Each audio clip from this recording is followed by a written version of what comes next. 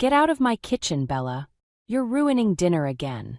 Gloria's shrill voice pierced through the clattering of pots and pans.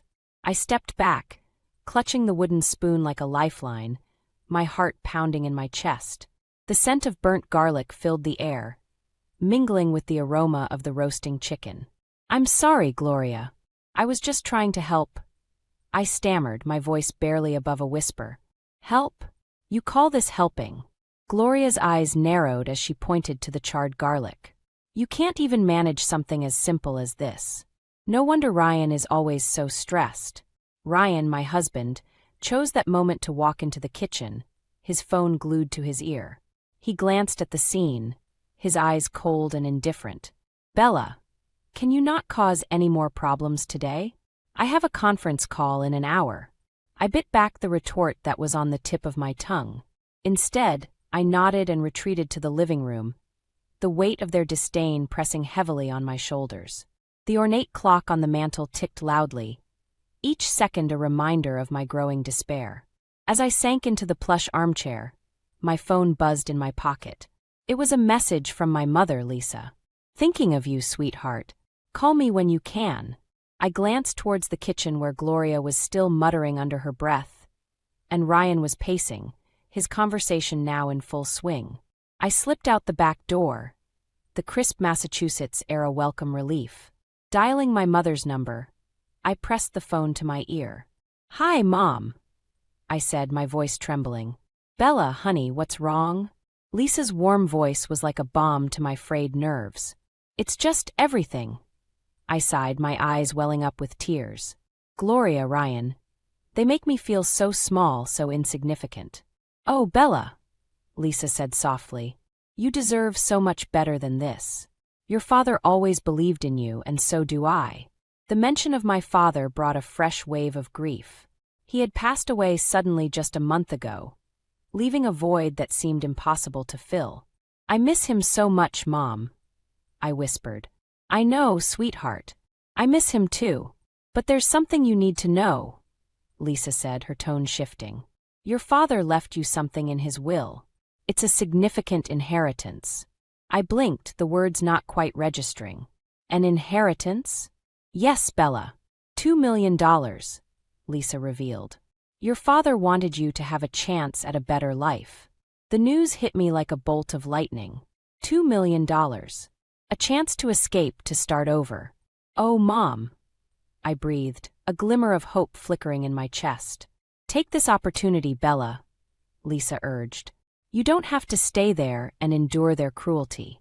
I nodded, though she couldn't see me. Thank you, Mom. I need to think about this. Of course, sweetheart. Just remember, I'm here for you always, Lisa said gently. As I hung up, I felt a strange mix of emotions.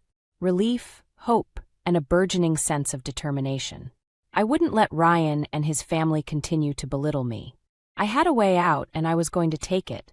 Stepping back inside, I found Ryan in the living room, his call finished. He looked up, his expression unreadable. Where were you? Just outside, I replied, my voice steadier than before. I needed some air. He shrugged, already dismissing me from his thoughts. Fine. Just don't make a habit of it. I clenched my fists, the resolve hardening within me.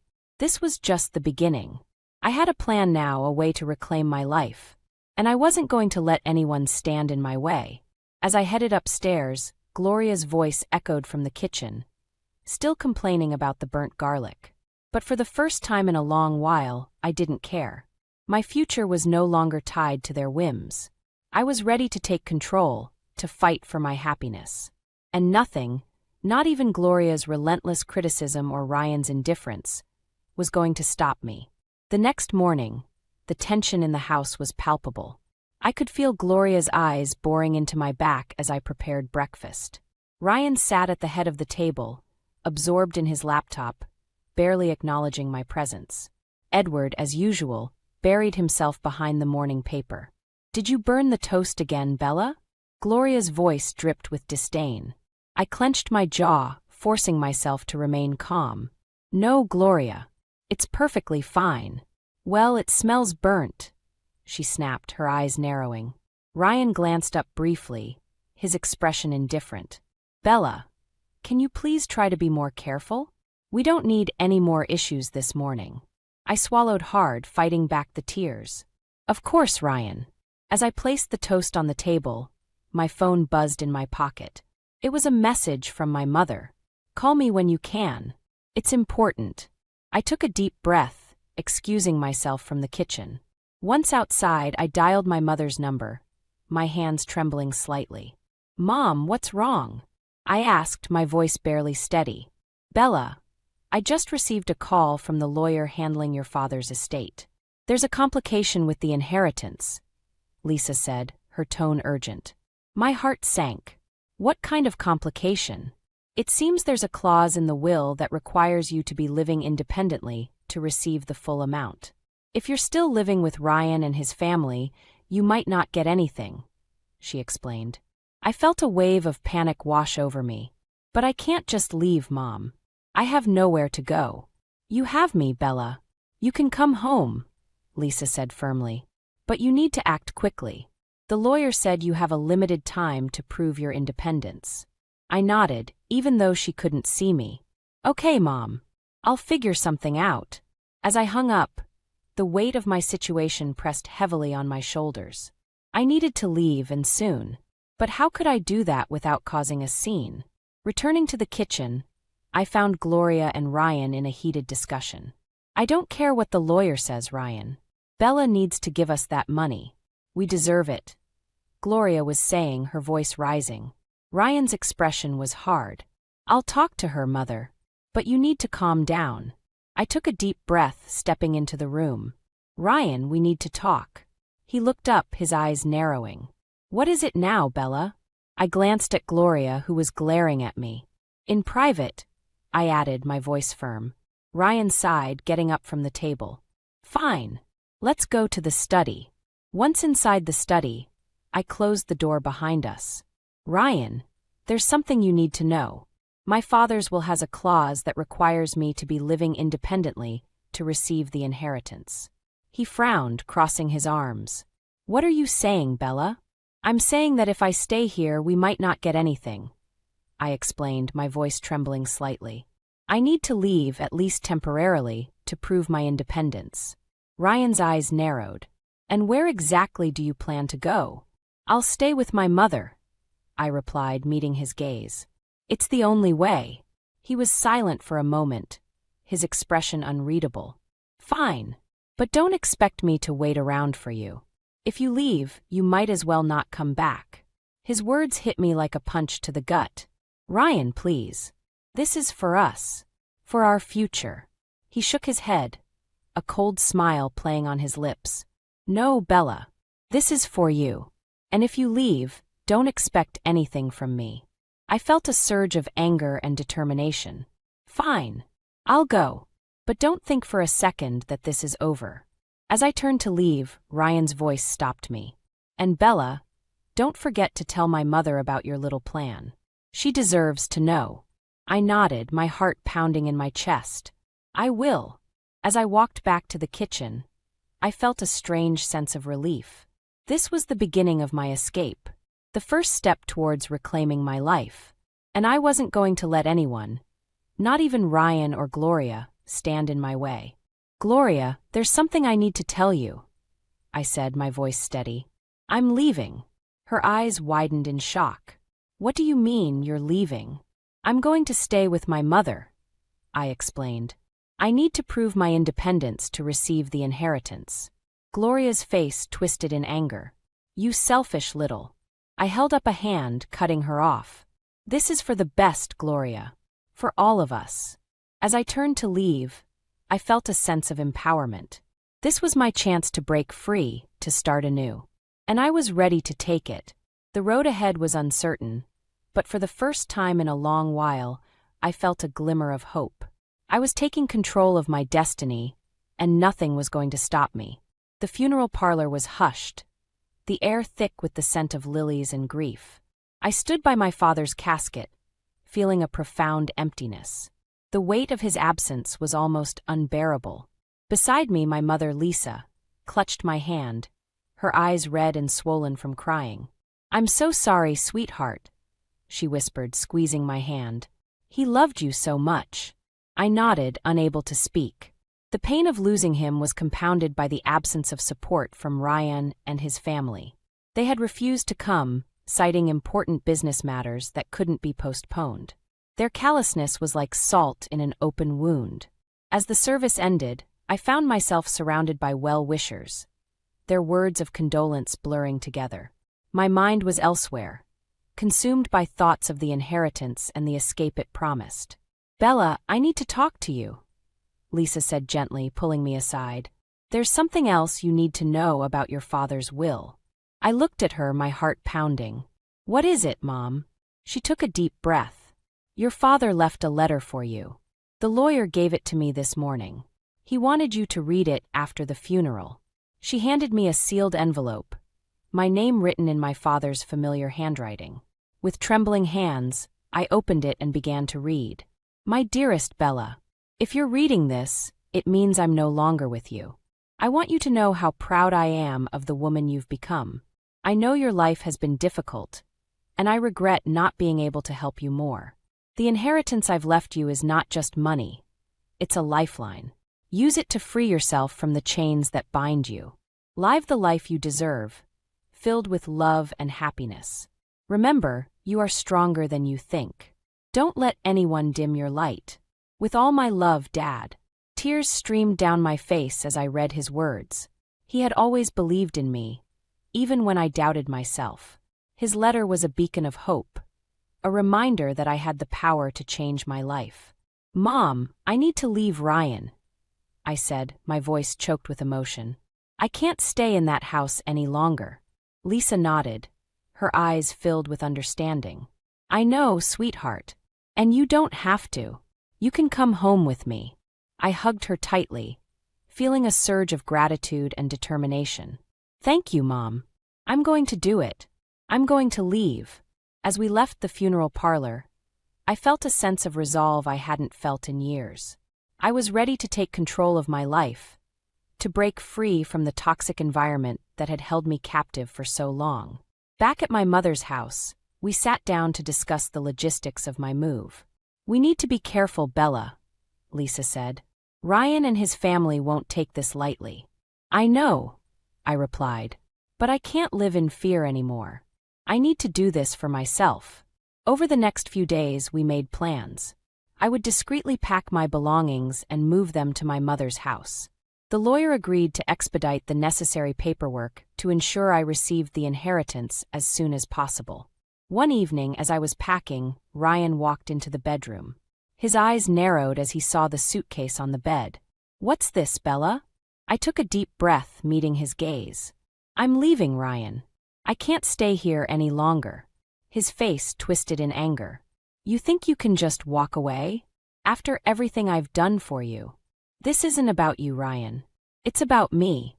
I need to be free," I said, my voice steady. He scoffed. "You'll come crawling back. You can't survive without me." I shook my head. "You're wrong, Ryan. I'm stronger than you think." With that, I zipped up my suitcase and walked out of the room, leaving him standing there, seething. As I drove to my mother's house, I felt a sense of liberation. This was the beginning of a new chapter, one where I would no longer be a prisoner of my circumstances. At my mother's house, we celebrated my newfound freedom with a quiet dinner. "I'm so proud of you, Bella," Lisa said, raising her glass. "To new beginnings." "To new beginnings," I echoed, feeling a sense of hope and possibility. But as I lay in bed that night, I couldn't shake the feeling that this was just the beginning of a long and difficult journey. Ryan and his family wouldn't let me go without a fight, and I needed to be prepared for whatever came next. The road ahead was uncertain, but I was ready to face it head-on. With my father's words of encouragement in my heart and my mother's unwavering support, I knew I could overcome any obstacle. This was my time to rise, to reclaim my life, and to build a future filled with love and happiness. The days following my move to my mother's house were a whirlwind of emotions and logistics. I was determined to start fresh, but the looming presence of Ryan and his family cast a long shadow over my newfound freedom. One morning, as I was sipping coffee in the kitchen, my phone rang. It was the lawyer handling my father's estate. "Bella, there's an urgent matter we need to discuss," he said, his tone grave. "What is it?" I asked, my heart sinking. "There's been a challenge to the will," he explained. "Ryan's family has filed a claim, arguing that you're not entitled to the inheritance, as you were not living independently at the time of your father's death." I felt a surge of anger. "They can't do that. My father's will was clear." "I understand your frustration, Bella," the lawyer replied, "but they're arguing that your move was too late, and they're pushing for a court hearing to contest the will." I clenched my fists, trying to steady my breathing. "What do we do now?" "We'll need to prepare for the hearing and gather evidence to support your case," he said. "It's crucial that you remain calm and focused." "Thank you," I said, my voice shaking. "I'll do whatever it takes." As I hung up, my mother entered the kitchen, concern etched on her face. "What's wrong, Bella?" I explained the situation, my anger and frustration boiling over. "They're trying to take everything from me, Mom." Lisa's eyes hardened. "We won't let them. We'll fight this together." Over the next few days, we worked tirelessly with the lawyer, gathering evidence and preparing our case. The stress was overwhelming, but my mother's unwavering support kept me going. One evening, as we were reviewing documents, there was a knock at the door. I opened it to find Ryan standing on the porch, his expression unreadable. "What do you want, Ryan?" I asked, my voice cold. "We need to talk," he said, stepping inside without waiting for an invitation. I led him to the living room, my mother close behind. "What is it?" He glanced at Lisa, then back at me. "Bella, this whole situation is getting out of hand. My family is just trying to protect what's rightfully ours." I felt a surge of anger. "Rightfully yours? This is my father's inheritance, Ryan. It has nothing to do with your family." He sighed, rubbing his temples. "Can't we come to some sort of agreement? Maybe split the money?" I shook my head, my resolve hardening. "No, Ryan. I'm not giving in to your family's demands." He looked at me, his eyes filled with a mix of frustration and something else, desperation. "Bella, if we go to court, it's going to get ugly. Do you really want that?" I met his gaze, my heart pounding. "I'm not afraid of a fight, Ryan. I'm done letting you and your family control my life." He stood there for a moment, then turned and walked out, slamming the door behind him. I sank into the couch, my hands trembling. "Are you okay, sweetheart?" Lisa asked, sitting beside me. I nodded, taking a deep breath. "I'm fine, Mom. I just need to stay strong." The following week, the court hearing loomed closer. The tension was unbearable, but I refused to back down. This was my chance to reclaim my life and honor my father's wishes. On the day of the hearing, we arrived at the courthouse early. The atmosphere was charged with anticipation and anxiety. As we entered the courtroom, I saw Ryan and his family seated on the opposite side, their expressions cold and determined. The proceedings were intense, with both sides presenting their arguments. Ryan's lawyer painted a picture of me as a dependent, unable to live independently.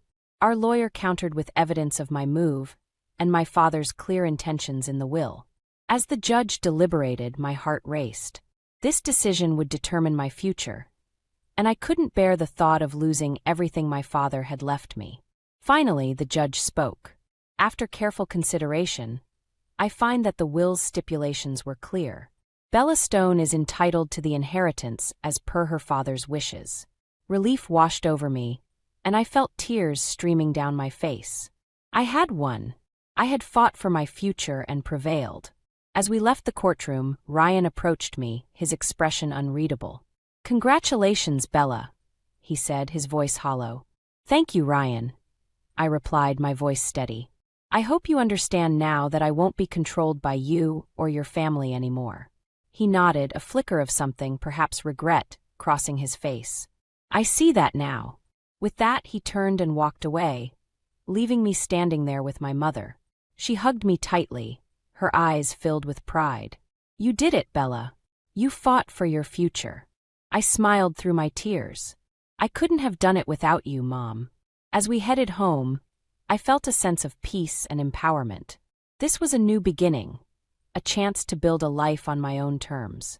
And I was ready to embrace it with open arms. The days following the court victory were a mix of relief and anxiety. I had won the inheritance, but the battle with Ryan and his family was far from over. I could feel their resentment simmering, a storm brewing on the horizon. One afternoon, as I was sorting through some of my father's old belongings, my phone rang. It was Ryan. I hesitated before answering, bracing myself for whatever he had to say. "Bella, we need to talk," he said, his voice surprisingly calm. "What is it, Ryan?" I asked, wary. "Can we meet? There's something important I need to discuss with you," he said. I sighed, knowing this conversation was inevitable. "Fine. Where?" "At the coffee shop on Main Street. In an hour," he replied before hanging up. I told my mother about the meeting, and she gave me a reassuring hug. "Be strong, Bella. Don't let him manipulate you." "I won't, Mom," I promised, though my stomach churned with nerves. At the coffee shop, I found Ryan sitting at a corner table, his expression unreadable. I took a deep breath and walked over, sitting down across from him. "What do you want, Ryan?" I asked, keeping my voice steady. He looked at me, his eyes dark with frustration. "Bella, this whole situation has gotten out of hand. My mother is furious, and she's not going to let this go." I clenched my fists under the table. "Your mother needs to understand that this inheritance is mine. It's what my father wanted." He leaned forward, his voice low and urgent. "You don't understand. She's already talking to another lawyer, trying to find a way to overturn the court's decision. She's not going to stop until she gets what she wants." I felt a surge of anger. "And what about you, Ryan? What do you want?" He sighed, running a hand through his hair. "I want this to end, Bella. I don't want to keep fighting. Can't we come to some sort of agreement?" I shook my head, my resolve hardening. "No, Ryan. I'm not giving in. This is my chance to start over, to build a life without your family's control." He sat back, a defeated look in his eyes. "I see. Well, I hope you're prepared for what's coming. My mother won't make this easy for you." "I'm ready for whatever she throws at me," I said, standing up. "Goodbye, Ryan." As I walked out of the coffee shop, I felt a mix of fear and determination. Gloria's relentless pursuit of the inheritance was a looming threat, but I couldn't let her intimidate me. This was my fight, and I was ready to face it head-on. Back at my mother's house, I shared the conversation with Lisa. She listened, her expression growing more concerned. "We need to be prepared, Bella. Gloria is a formidable opponent." "I know, Mom," I said, my voice steady. "But I won't back down. This is my life, and I'm going to fight for it." Over the next few days, we consulted with our lawyer, gathering more evidence to fortify our case. The tension was palpable, but I refused to let fear dictate my actions. One evening, as we were reviewing documents, there was a loud knock at the door. My heart raced as I opened it to find Gloria standing there, her face twisted with anger. "Bella, we need to talk," she said, pushing past me into the house. My mother stood up, her eyes blazing. "You have no right to barge in here, Gloria." Gloria ignored her, turning to me. "You think you've won, but this isn't over. I'll fight you with everything I have. That money belongs to my family." I met her gaze, my voice calm but firm. "This inheritance is mine, Gloria. My father wanted me to have it. You can fight all you want, but I won't back down." She sneered, her eyes filled with contempt. "We'll see about that." As she stormed out, I felt a surge of fear and anger. This was a battle for my future, and I couldn't afford to lose. My mother placed a hand on my shoulder, her voice gentle but determined. "We'll get through this, Bella. Together." I nodded, feeling a renewed sense of resolve. "Yes, we will." The next morning, I received a call from our lawyer. "Bella, I have some important information," he said. "Gloria's new lawyer has found a loophole in the will. They're planning to use it to challenge the inheritance again." My heart sank. "What kind of loophole?" It's complicated, but essentially they're arguing that your father wasn't of sound mind when he wrote the will, he explained. I felt a surge of anger. That's ridiculous. My father was perfectly lucid.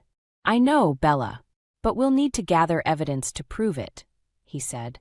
As I hung up, I felt a mix of fear and determination. This was a new challenge, but I couldn't let it defeat me. I had to fight for my father's legacy, for my future. With my mother by my side, I was ready to face whatever came next. This was my battle, and I was determined to win. The day Ryan handed me the divorce papers was a whirlwind of emotions. I stared at the signed documents, my hands trembling. This was it, the final push that would sever the last ties binding me to him and his toxic family. Sign them, Bella, Ryan said, his voice cold and detached. Or give the money to my mother. Your choice. I looked up at him, my heart pounding. You think you can bully me into giving up my inheritance? You're wrong, Ryan. I'm not afraid of you anymore. He scoffed, crossing his arms. You should be. You have no idea what you're up against. I took a deep breath, my resolve hardening. I'll sign the papers. But know this, I'm not backing down. I will fight for what's mine. Ryan's eyes narrowed, but he said nothing as I grabbed a pen and signed the divorce papers. The moment the ink dried, I felt a strange mix of fear and liberation. This was the end of one chapter and the beginning of another. I packed my bags and headed to my mother's house, my mind racing with thoughts of the impending battle. Gloria's challenge to the will was a looming threat, but I couldn't let it deter me. I had to stay strong for my father's memory and for my future. At my mother's house, Lisa greeted me with a warm hug. You did the right thing, Bella. I'm so proud of you. Thanks, Mom, I said, my voice choked with emotion. But this fight is far from over. We'll get through this together, she reassured me. You're not alone. Over the next few days, we worked tirelessly with our lawyer, gathering evidence to prove my father's sound mind when he wrote the will. The stress was overwhelming, but my mother's unwavering support kept me going. One evening, as we were reviewing documents, there was a loud knock at the door. My heart raced as I opened it to find Gloria standing there, her face twisted with fury. Bella, you think you can just walk away and take what's mine? She spat, pushing past me into the house. My mother stood up, her eyes blazing. You have no right to be here, Gloria. Leave now. Gloria ignored her, turning to me. You think you can win this? I'll fight you with everything I have. That money belongs to my family. I met her gaze, my voice calm but firm. This inheritance is mine, Gloria. My father wanted me to have it. You can fight all you want, but I won't back down. She sneered, her eyes filled with contempt. We'll see about that. As she stormed out, I felt a surge of fear and anger. This was a battle for my future, and I couldn't afford to lose. The next morning, I received a call from our lawyer. Bella, we have a problem, he said, his voice tense. Gloria's lawyer has found a loophole in the will. They're arguing that your father wasn't of sound mind when he wrote it. My heart sank. That's ridiculous. My father was perfectly lucid. I know, Bella, but we'll need to gather more evidence to prove it, he said. As I hung up, I felt a mix of fear and determination. This was a new challenge, but I couldn't let it defeat me. I had to fight for my father's legacy, for my future. With my mother by my side, we worked tirelessly to gather evidence. We contacted my father's friends, colleagues, and doctors, all of whom attested to his sound mind and clear intentions. The stress was overwhelming, but I refused to give up. One evening, as we were reviewing the final pieces of evidence, there was another knock at the door. I opened it to find Ryan standing there, his expression unreadable. What do you want, Ryan? I asked, my voice cold. We need to talk, he said, stepping inside without waiting for an invitation. I led him to the living room, my mother close behind. What is it? He glanced at Lisa, then back at me. Bella, this whole situation is getting out of hand. My mother is relentless, and she's not going to stop until she gets what she wants. I felt a surge of anger. And what about you, Ryan? What do you want? He sighed, running a hand through his hair. I want this to end, Bella. I don't want to keep fighting. Can't we come to some sort of agreement? I shook my head, my resolve hardening. No, Ryan.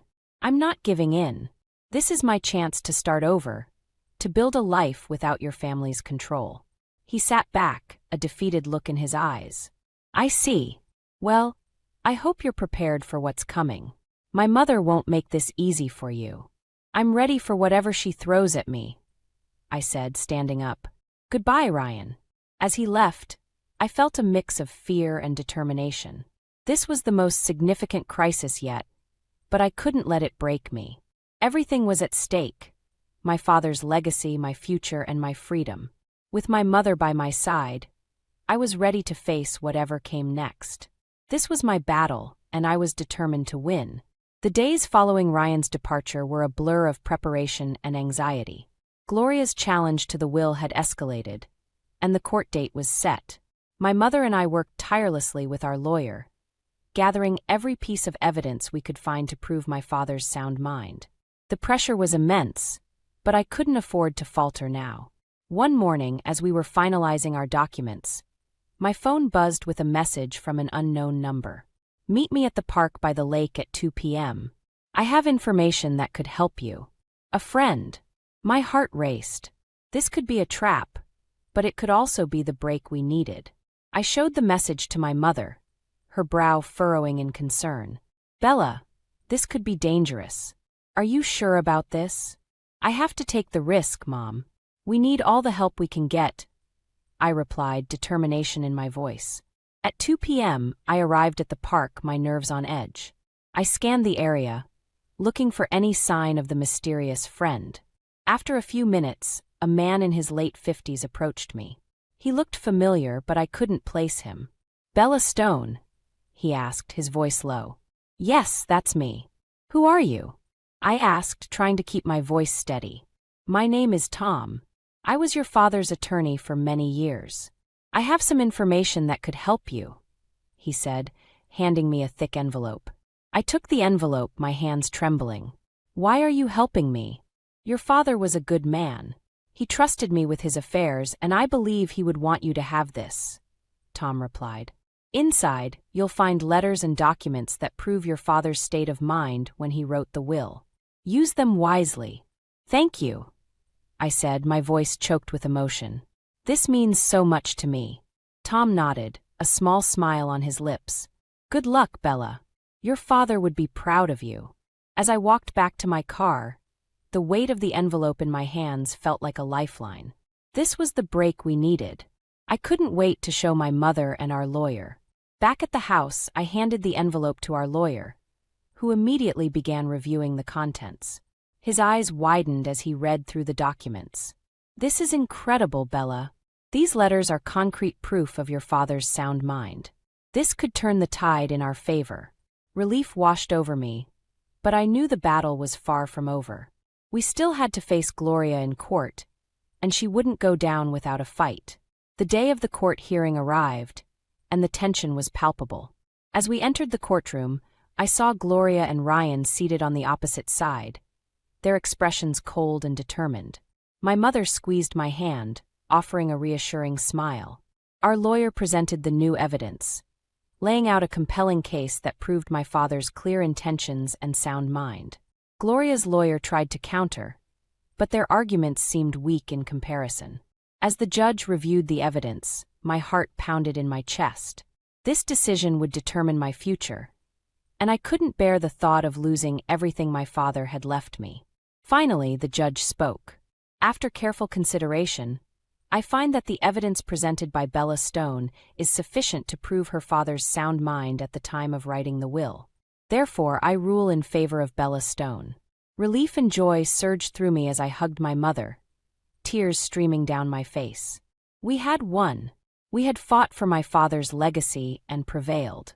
As we left the courtroom, Gloria approached me, her face twisted with anger. This isn't over, Bella.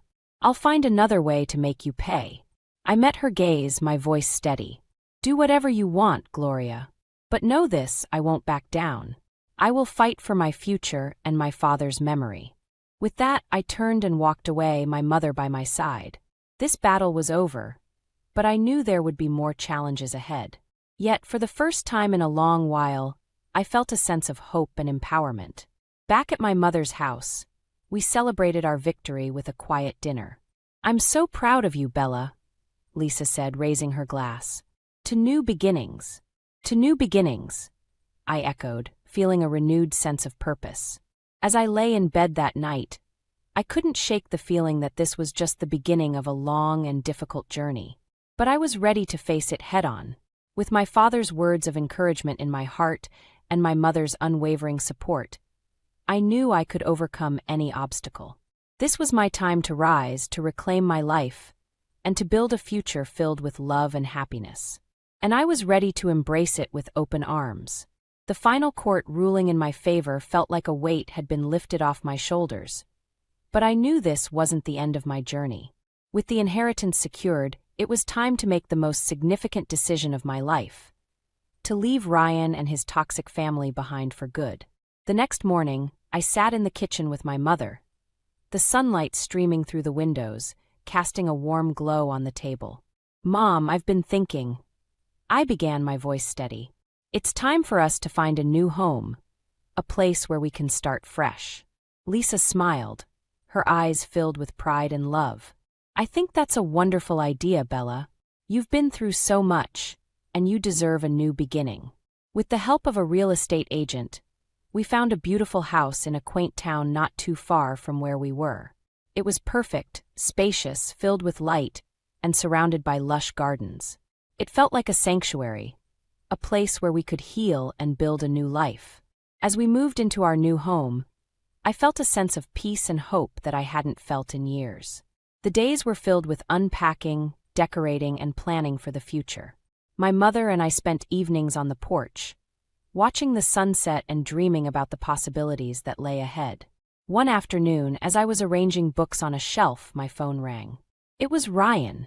I hesitated for a moment before answering, bracing myself for whatever he had to say. "Bella, I heard you moved," he said, his voice surprisingly soft. "Yes, Ryan. I needed a fresh start," I replied, keeping my tone neutral. "I understand," he said, sighing. "I just wanted to say, I'm sorry for everything. I know I hurt you and I regret it." His words took me by surprise. I had never expected an apology from him. "Thank you, Ryan. I appreciate that," I said, my voice calm. "I hope you find happiness, Bella. You deserve it," he said before hanging up. As I put the phone down, I felt a sense of closure. Ryan's apology, though unexpected, was a small step towards healing. It was time to let go of the past and focus on the future. In the following weeks, I threw myself into my work and hobbies, rediscovering passions I had long forgotten. I began painting again, filling the house with vibrant colors and expressions of my newfound freedom. My mother and I started a small garden, planting flowers and vegetables, watching them grow and flourish. One evening, as we sat on the porch sipping tea, my mother turned to me, her eyes shining with pride. "Bella, you've come so far. I'm so proud of the woman you've become." Tears filled my eyes as I hugged her. "Thank you, Mom. I couldn't have done it without you." As the days turned into weeks and the weeks into months, I felt a sense of fulfillment and joy that I had never known before. I was finally living life on my own terms, free from the shadows of my past. One day, as I was tending to the garden, I received a letter in the mail. It was from Gloria. My heart raced as I opened it, unsure of what to expect. "Bella, I wanted to let you know that I've decided to drop any further legal actions. I realize now that my pursuit was driven by anger and pride. I hope you can find it in your heart to forgive me. Gloria." I stared at the letter, a mix of emotions swirling within me. Forgiveness had never been easy, but this felt like a final release from the chains of my past. As I stood there in the garden, surrounded by the beauty of our new home, I felt a profound sense of peace. This was my life, my future, and I was finally free to live it as I chose. With my mother by my side, I knew that no matter what challenges lay ahead, we would face them together. This was our new beginning, a testament to our resilience and strength. As the sun set, casting a golden glow over the garden, I took a deep breath, feeling the weight of the past lift away.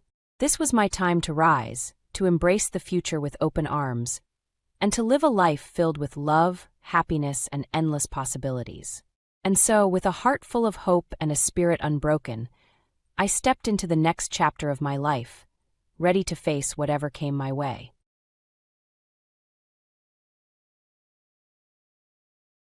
You're simply a bit too traditional for our future. Someone with innovative skills is needed. I'm called Rick Donnelly. I was Meridian Manufacturing's chief financial officer until this morning. I am 62 years old. When we were a struggling family firm with 3 tiny plants in Cincinnati, I worked there for 15 years. We currently operate 18 factories throughout the Midwest and are a publicly traded firm. I assisted in guiding us through an acquisition problem, 2 recessions, and more boardroom politics than I would want to recall. I'm not ostentatious. Investors are not people I approach at cocktail parties. However, during my tenure, we never missed a filing deadline, the books were always tidy, and the statistics were always correct. Then 36-year-old Travis Mercer showed up wearing pricey sneakers and fancy jackets. 3 months ago, the board appointed him CEO, and he blew through our offices like a whirlwind, discussing disruption, realigning vision, and synergy. As soon as he set up our first one-on-one encounter, I knew what was going to happen. He leaned back in his chair, my chair, with his feet propped up on my desk and said, "The market's changing, Rick, today. We need someone who speaks the language of modern finance." I remained silent, merely gave a single nod and shook hands tightly. Zachary Hughes is joining us. 29. Brilliant intellect. I recently gave a TEDx presentation about financial innovation that is gaining a lot of popularity online. I said, "I see," in a firm voice. "When's the transition?" Travis grinned, taken aback by my composure. 2 weeks. At the following board meeting, we will make the announcement. While everyone was in an all-hands meeting discussing our exciting new approach that afternoon, I packed my personal belongings. After 15 years at this office, everything, including family photos, a commemorative coin from our initial public offering, and the leather portfolio my late wife, Patricia, gave me, fitted into a single cardboard box. I saw Bethany from accounts fighting back tears by the elevator as I was leaving. She had been with me from the beginning. "Don't worry," I reassured her. I didn't tell her that I had been covertly recording a string of dubious transactions for the past 6 months, which began to show up in our books soon after Travis moved in and became more regular after he discussed bringing in his finance expert, Zachary. It's all part of the cycle. I wasn't planning revenge. I was just doing my job, keeping the books clean, even on my way out. I grew up working in my father's hardware store in Covington, Kentucky, just across the river from Cincinnati. He taught me that numbers don't lie, even when people do. I put myself through college stocking shelves and balancing his books at night. When I graduated, I turned down bigger offers to stay local, working my way up through regional companies until Meridian's founder, Harold Phillips, called me personally in 2008. "I need someone who can keep us afloat through this recession," he said. "Someone who sleeps better when the books balance." For 10 years, Harold and I built Meridian into something solid. When he retired, the transition was smooth. The new CEO, Diana Wright, respected the systems we created. We disagreed sometimes, but she listened. We grew steadily, no flashy moves, just solid business practices and clean accounting. Then Diana retired, and the board wanted fresh energy. Enter Travis Mercer, with his Harvard MBA and stint at a Silicon Valley startup that had more buzz than profit. The first red flag appeared during his second week. He bypassed our procurement protocols to hire a marketing consultant, his former classmate, at 4 times our standard rate. When I questioned it, he smiled. "We're thinking bigger now, Rick. The old constraints don't apply. The second flag came when he restructured our reporting lines, so finance went through his new chief innovation officer before reaching him. The third was overhearing him tell someone on the phone that our books had a lot of outdated methodology that needed creative solutions. I started watching more closely. Small irregularities appeared. Vendor contracts with companies I couldn't properly vet. Consultancy fees without deliverables. Budget reallocations without department head signatures. My team noticed too. Kevin from Internal Audit stopped by one evening as I was reviewing the quarterly statements. "Something's off with the new tech investment tracking," he said quietly. "Numbers don't match from entry to report." "Document everything," I told him. "Just keep it factual." Patricia would have told me to make waves. Stand up in a board meeting. Go out with a bang. But cancer took her 3 years ago, and without her fire, I'd grown more methodical. More patient. So instead of confrontation, I kept detailed records, downloaded suspicious transactions, cross-referenced irregularities, all while maintaining the same calm demeanor in meetings. Even as Travis brought in more of his people and pushed out mine. I wasn't being paranoid. The patterns were too consistent. Something bigger was happening, and it centered around this new finance wunderkind, Zachary Hughes. My final board meeting lasted exactly 22 minutes. There was no mention of my 15 years of service. No thank you speech. No plaque or watch. Just a line on the agenda that read, CFO Transition Update. Travis spoke about exciting new fiscal directions while I sat silently at the far end of the table. The chairman, William Foster, couldn't quite meet my eyes. He'd been on the board when Harold hired me. Now he simply nodded along with Travis' presentation about how Zachary Hughes would revolutionize our approach to capital allocation. I'd hoped for at least some acknowledgement from William, some recognition of what we built together. Instead, the meeting moved briskly to the next agenda item. The new headquarters Travis wanted to build downtown. As everyone filed out, William paused briefly by my chair. "You've been an asset, Rick," he said awkwardly, patting my shoulder. "Best of luck." An asset. Like a piece of equipment that had depreciated. I walked back to my office, Zachary's office now, to collect my box. Through the glass wall, I could see Travis showing him around, pointing at the graphs on my walls like they were ancient cave paintings. Bethany was waiting by my door, holding an envelope. "The accounting department took up a collection," she said, "for a proper send-off dinner." I thanked her, knowing I wouldn't use it. As she turned to leave, I asked, "Bethany, when did those invoices from Vertex Solutions start coming in?" She thought for a moment. "February, I think. Right after Mr. Mercer announced the Digital Transformation Initiative. February, 2 weeks before Travis first mentioned bringing in Zachary. That night, at home, I spread all my documentation across my dining room table. 6 months of suspicious transactions. Invoices for services never rendered, foreign consulting fees without tax documentation, and most telling, shell vendors that all traced back to a holding company called Alpine Innovations, which had been registered just 3 days before Travis was announced as CEO. The pattern was clear now. Travis hadn't brought in Zachary because I was old school. He brought him in because they had a system, siphoning company funds through fake vendors and consultants, hiding it in complex digital transformation costs that were hard to question in today's business environment. They needed me gone because I asked too many questions, kept too close an eye on the details. I sat back in my chair, looking at the evidence laid out before me. For the first time since Patricia died, I felt something beyond the numb routine of daily existence. Not anger, exactly. Something colder, more focused. I opened my laptop and began organizing everything methodically, cross-references, timelines, account trails. I wasn't going to confront Travis. I wasn't going to call an emergency board meeting or go to the press. That wasn't my style. No, I would do what I'd always done.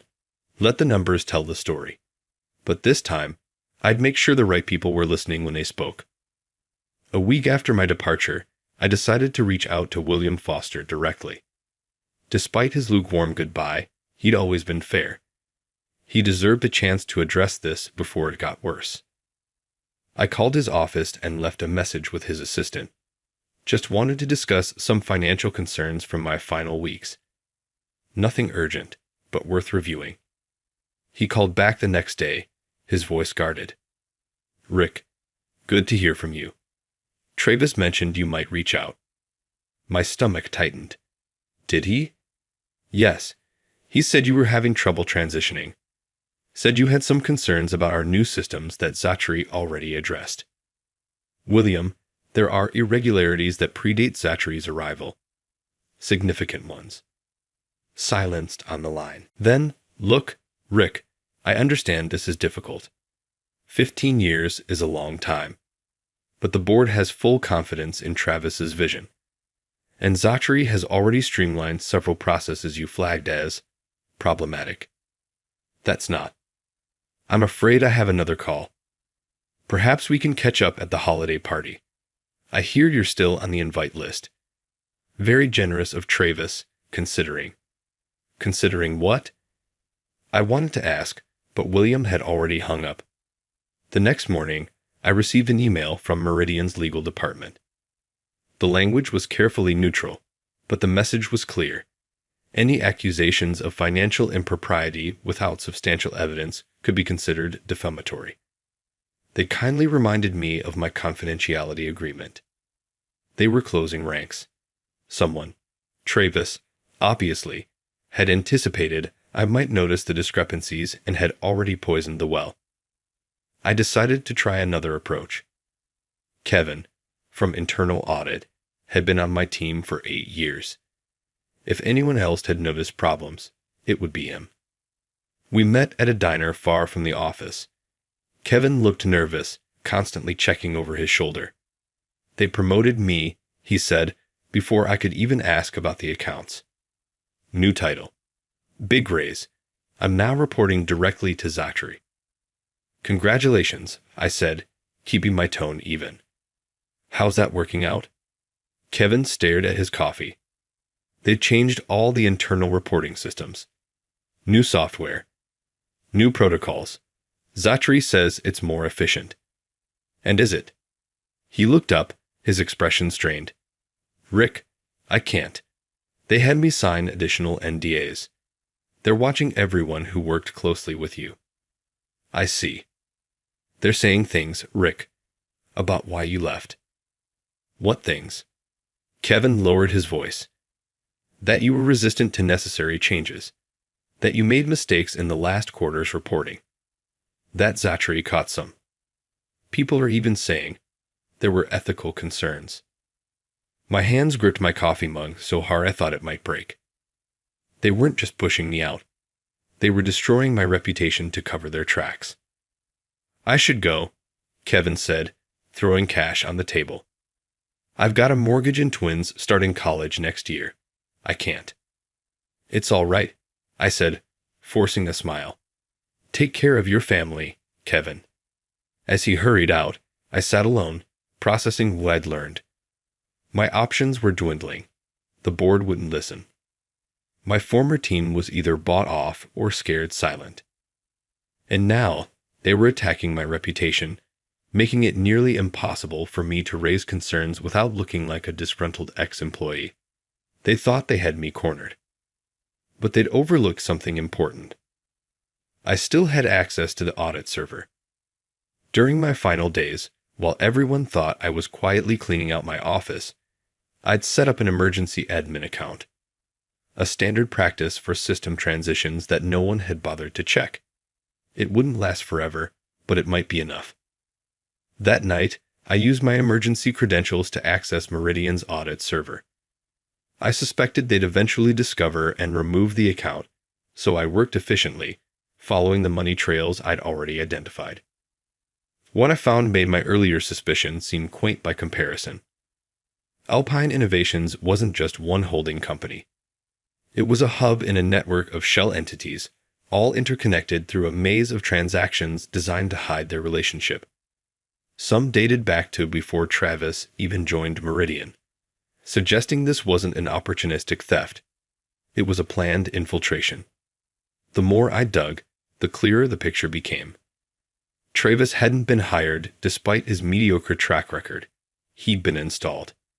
His previous company, the Silicon Valley startup with more buzz than profit, had been bankrolled by the same investment group that had recently gained 3 seats on Meridian's board, including the seat held by William Foster's nephew Jacob, who joined 6 months ago. This wasn't just an executive skimming from the company. This was a coordinated attack on Meridian itself, a slow-motion asset strip disguised as modernization. I downloaded everything I could find, organizing it meticulously. By dawn, I had traced over $12 million that had been siphoned from various departments through falsified vendor contracts, inflated service agreements, and phantom consultancy fees. Exhausted, I made coffee and sat on my back porch, watching the sun rise over the Ohio River. Patricia and I had bought this house for the view. "Water calms your overthinking brain," she'd said. Now I let the river's steady flow organize my thoughts. My initial instinct to quietly alert the board had been naive. This went deeper than Travis and Zachary. Some board members were likely complicit, which explained why they'd been so eager to replace Diana with an outsider when she retired. I needed to be smarter about this, more strategic. I spent the morning mapping connections between board members, Travis's previous associates, and the shell companies. By afternoon, I'd identified 3 board members who were likely unaware of the scheme. Elaine Morrison, a former manufacturing executive who joined the board after retiring from a competitor, David Patel, who represented our workers' pension fund, and Anthony Wilson, our oldest board member, who rarely spoke but never missed a vote. I also discovered something I'd overlooked. Zachary Hughes had worked at Vertex Solutions, one of the shell vendors, 3 years ago. His name was buried in their incorporation documents as a founding partner, though he'd been removed from public-facing materials before being hired at Meridian. As I compiled this information, my phone rang. The number was blocked, but I answered anyway. "Is this Richard Donnelly?" a woman's voice asked. "Speaking." "My name is Vanessa Taylor. I'm with the Securities and Exchange Commission's Enforcement Division." My heart stopped momentarily. "We've received an anonymous tip about potential financial improprieties at Meridian Manufacturing involving its new leadership team. The information provided suggested you might have relevant knowledge." I chose my words carefully. "I recently left my position as CFO after 15 years. Yes, we're aware. Would you be willing to meet informally to discuss certain transactions that occurred over the past 6 months?" "Who else knows you're calling me?" I asked. "No one outside my immediate team. This is preliminary fact-finding, not a formal investigation. Yet." I considered my options. Going to the SEC directly would make this very public, very quickly. Meridian stock would plummet. Thousands of employees, people like Bethany and Kevin, could be affected if the company collapsed under a scandal.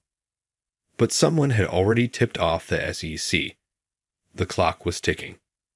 "I'll need some time," I said finally. "Time for what, Mr. Donnelly?" "To make sure I get this right." I gave myself 3 days to execute my plan. First, I needed to ensure the evidence couldn't be erased. I copied all my documentation to multiple secure locations and set up dead man switches. If I didn't enter a code every 48 hours, the full package would automatically send to the SEC, the Department of Justice, and 3 financial journalists I respected. Next, I carefully drafted emails to the 3 board members I believed were uninvolved: Elaine, David, and Anthony. I didn't accuse anyone directly.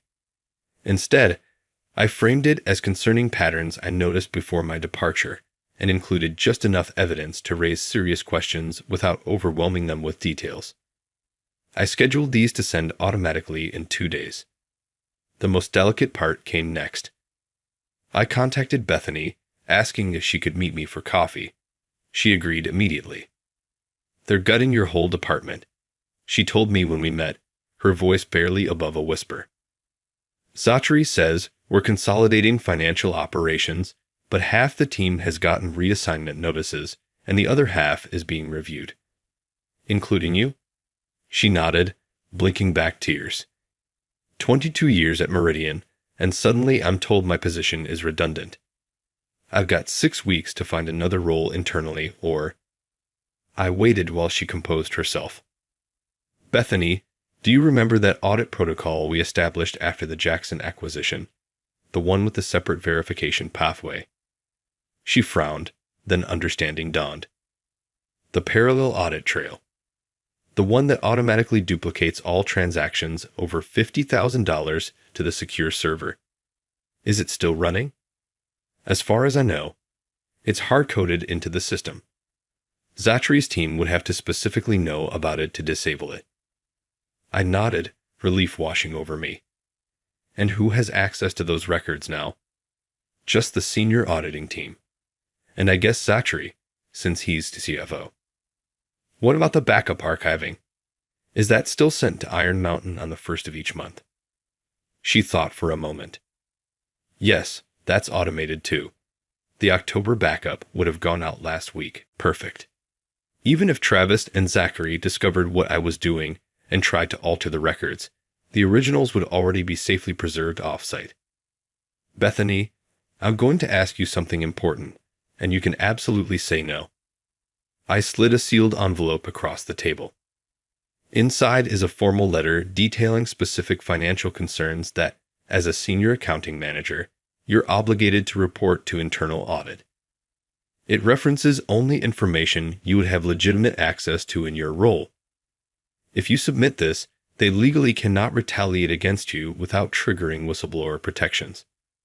Her hand trembled as she took the envelope. "Is this why they're really pushing me out? Because I might notice these things?" "Probably. And if I submit this, it creates an official internal record that can't be ignored. It forces internal audit to investigate specific transactions, the same ones I've documented elsewhere." Bethany squared her shoulders. "When? Tomorrow morning would be ideal." On my way home, I made 2 more stops. First to a notary public, where I signed and authenticated a detailed affidavit about everything I'd discovered. Then to my lawyer's office, where I left sealed instructions to be opened if anything happened to me. That evening, I received a text message from Kevin Z. Asking lots of questions about old audit protocols. Seems nervous. Watch yourself. They were starting to realize their mistake. They'd been so focused on pushing me out that they'd overlooked what I might have already documented. The pieces were in place now. I just had to wait. 6 weeks after my departure, everything detonated simultaneously. The internal audit, triggered by Bethany's formal complaint, reached Zachary's desk the same morning that my detailed emails reached the 3 uninvolved board members. By noon, Elaine Morrison had called an emergency board meeting using her authority as audit committee chair. I wasn't there, but Bethany texted me updates throughout the day. Board meeting started at 2:00. Travis looking pale. Z just got escorted to a conference room with legal. Outside auditors arrived, taking over main conference room. By evening, the news had broken internally. Meridian was under investigation for financial irregularities. All executives who had joined under Travis's tenure were placed on administrative leave pending a full forensic audit. I turned off my phone and took a long walk along the river, watching the Cincinnati skyline light up as darkness fell. For the first time in months, I felt my shoulders relax. The next morning, I received 3 missed calls from William Foster, from Travis, and from Jacob Foster. I ignored them all. Instead, I answered a call from Anthony Wilson, our oldest board member. 15 years of clean books, he said, his voice gravelly with age. No scandals. No restatements. No missed filings. I should have spoken up when they pushed you out. You're speaking up now, Anthony. That's what matters. The board has appointed me acting chairman while we sort through this mess. William and Jacob have resigned, along with 2 others. We've terminated Travis and Zachary, for cause. I said nothing. We'd like you to come back, Rick, just temporarily, to help the forensic team and stabilize things. I watched a barge slowly making its way down the Ohio, steady and purposeful. I'll help with the investigation, I said finally, but I won't be coming back permanently. May I ask why? Because Meridian needs someone who can innovate, I said, allowing myself a small smile. I'm just a little too old school. 3 months later, I sat on my new deck in Asheville, North Carolina, watching the sun set behind the Blue Ridge Mountains. My cabin wasn't large, just 2 bedrooms and an office, but the view made up for it. The investigation at Meridian had uncovered exactly what I'd suspected: a coordinated scheme to extract value through fraudulent contracts and artificial costs. Travis, Zachary, and several board members now faced federal charges for securities fraud and embezzlement. I'd spent 6 weeks helping the forensic accountants unravel everything, then packed up my Cincinnati house and headed for the mountains. Patricia and I had always talked about retiring to the settlement. Meridian's offer for my consulting services during the investigation was generous enough to buy this cabin outright, and still have plenty left over. I've been clear with them. No public statements, no press conferences, no dramatic returns. That wasn't my style. My phone buzzed with a text from Bethany. Got the promotion to director of accounting. The new CEO wants to rebuild the department properly. I smiled and typed back. Well deserved. Always keep a parallel audit trail. My lawyer had called yesterday with news that the SEC was closing its case against Meridian, after the company agreed to governance reforms and financial penalties that pointedly excluded punishment for shareholders and regular employees. The right outcome. As darkness settled over the mountains, I opened the leather portfolio Patricia had given me years ago. Inside was the last photo we'd taken together at the lake house the summer before her diagnosis. You were right, I said to her smiling face. I should have made more time for views like this. Tomorrow, I'd drive into town and meet with the director of a local nonprofit who needed help organizing their finances. Nothing flashy. Just good, clean accounting for people doing important work. Some might call that old school. I just called it integrity.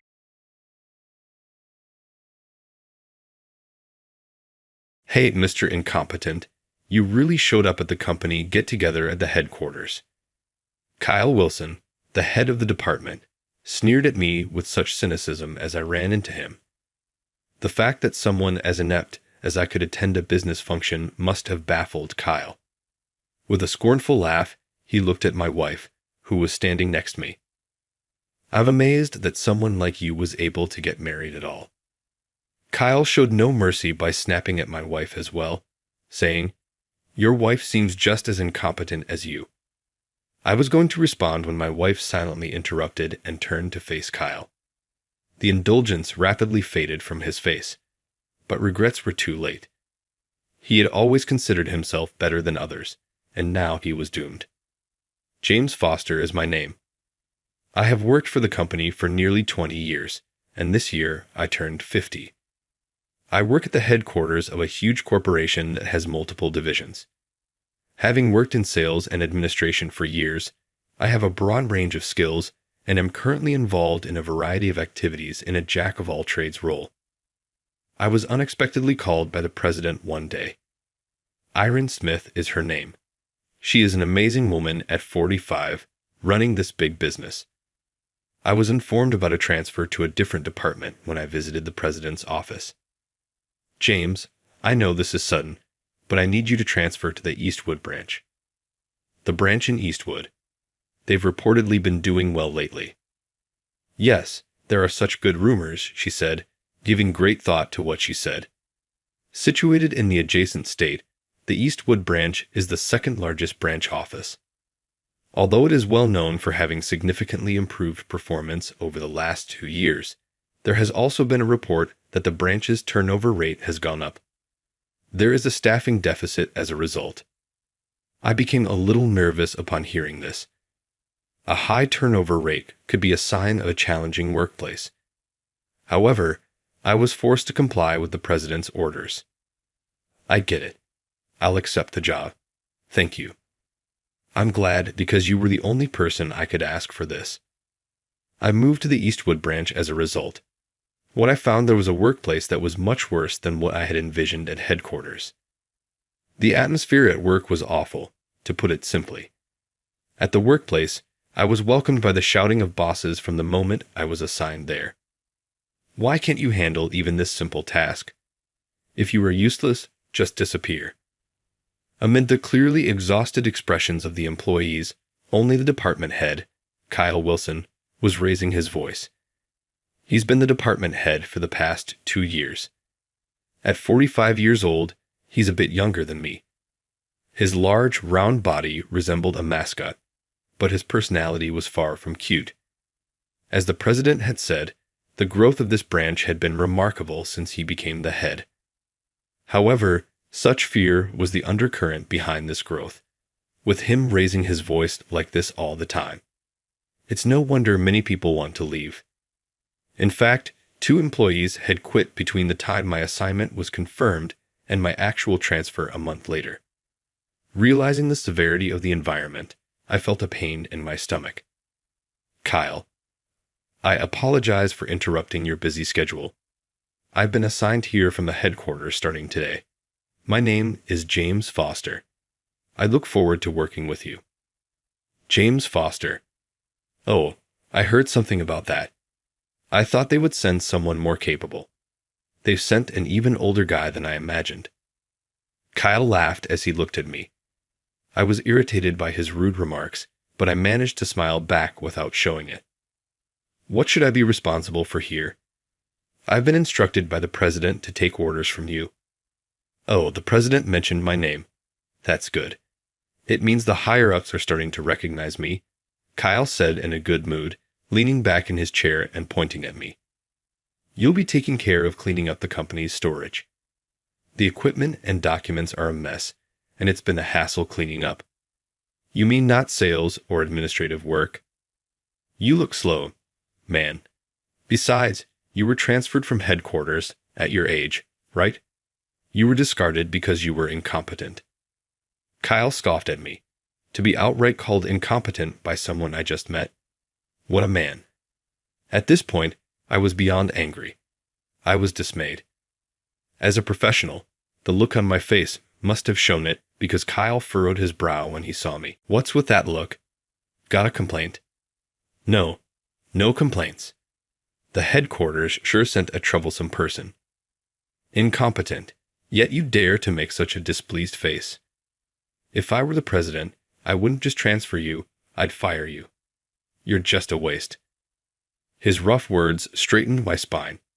His loud voice resonated uncomfortably, as if crushing my insides.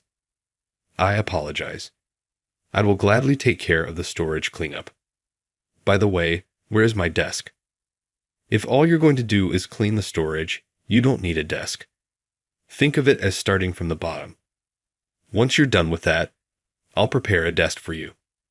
Kyle, losing interest, said just that before turning his back on me and starting to play with his phone.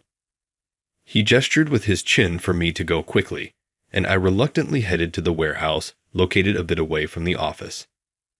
The inside of the warehouse was so cluttered with company items and documents that there was barely any space to step. Why did he treat the company's property so carelessly? Am I supposed to clean all this up by myself? This was going to be tough on my not-so-young body. From day one, I felt depressed. For about a week, I did nothing but organize the warehouse. Already understaffed, I was sent here, but is there really room to be doing this? It's tough carrying dust-covered cardboard boxes, and the sheer number makes it even harder. While working with labored breathing, Kyle came to check on me every hour. Are you doing it right? What's this? You've barely made any progress. Hurry up and finish. We're paying you, so don't dawdle. I'm sorry, but this is too much for one person to handle. Besides, isn't the office short on staff? I'd like to prioritize work there if possible. Hey, are those the typical excuses of the incompetent? That must be why you couldn't do a proper job at headquarters either. Kyle glared at me and pushed me hard. I was tired and ended up sitting down hard on a stack of cardboard boxes. Let me make this clear, because you seem to be misunderstanding something. You're useless, incompetent. That's why you were discarded by headquarters. First of all, you need to understand that those words threw me, and my chest felt uncomfortably tight. With this kind of treatment, it's no wonder other employees wouldn't last long. I finally became the head of the department, but why am I cursed with such poor employees? They quit soon, defy me, and on top of that, I'm stuck with a useless old man. Indeed, I've heard that the Eastwood branch has a high turnover rate. That's right, they're all useless. Kyle replied with an expression as if he did nothing wrong. In this company, results are everything. Perform well, and you'll get promoted, like me. If you fail to meet your quotas, you're just stealing wages. Even a child understands that. However, I think personal circumstances should be considered too. If health issues, family problems, or discomfort with tasks are factors, pursuing these issues and resolving them is also important, I believe. Well, the incompetent guy dumped by headquarters would think so. Optimistically, he clapped his hands and laughed with a creepy smile as he pointed at me. What good does it do to think about such useless people? It would bring down my own rating, and it would be better for the company to let them go. It's deluding, but all employees have families to protect, Mr. Incompetent. If you keep dreaming like this, I might have to fire you. He said it with a smile, but it sent a chill down my spine. However, a manager like him can't fire employees. That's why he has to make them want to quit. Have you always done it this way? I don't mean to, but I've just been giving special attention to underperforming employees. It's a form of tough love. Hearing this, I realized Kyle was even worse than the rumors. Indeed, the high turnover rate was his fault. He probably assigned such tasks and hurled unbearable insults at others, just like he did to me. I wonder what the remaining employees think about this. By the way, I'm on a break right now, but you don't have breaks, so keep working. Even when we're talking, I can see you're trying to steal wages. Kyle intimidated me, and I reluctantly got back to work. I had to keep cleaning up the warehouse despite the pain in my back from overexertion. Keep at it, and if you want to quit, just say so. There are plenty of others to take your place. In such conditions, even I couldn't last long without breaking down mentally and physically. Yet, I clung on and endured 3 months of hellish days. 3 months after my transfer, I received a call from headquarters. It was an invitation to a social gathering. A few times a year, representatives from each branch are invited to share appreciation and future policies over a meal, and it seems that this month was the time for it. It seems Kyle was also invited, and he called me over. It makes sense for me to be invited to the social gathering, but you being invited is quite out of place. I'm genuinely honored to be invited. Maybe the president will personally announce your firing since you've come here. You haven't achieved anything. Not that I could achieve much. Kyle only had me organizing the warehouse. Probably the reports to headquarters must label me as an incompetent who fails to meet quotas. Lately, thanks to the pressure I've been putting on my employees, our sales have been growing nicely. Maybe the president will recognize me at this gathering. As Kyle said, it's not uncommon for promotions to be announced at such gatherings. It wasn't unreasonable for him to dream of such things, but if the president were to witness this situation, she wouldn't approve. Our president isn't foolish enough to value someone who doesn't care for their employees. That's right, James. You should endorse me to the president. You're from headquarters, so she might believe you. You want me to support your promotion? That's right. If you do, I'll forgive you for being a salary thief. So far, it's a good deal for you, isn't it? Kyle clapped his hands as if he had come up with a brilliant idea. I'm making use of an incompetent like you. Be grateful, will you?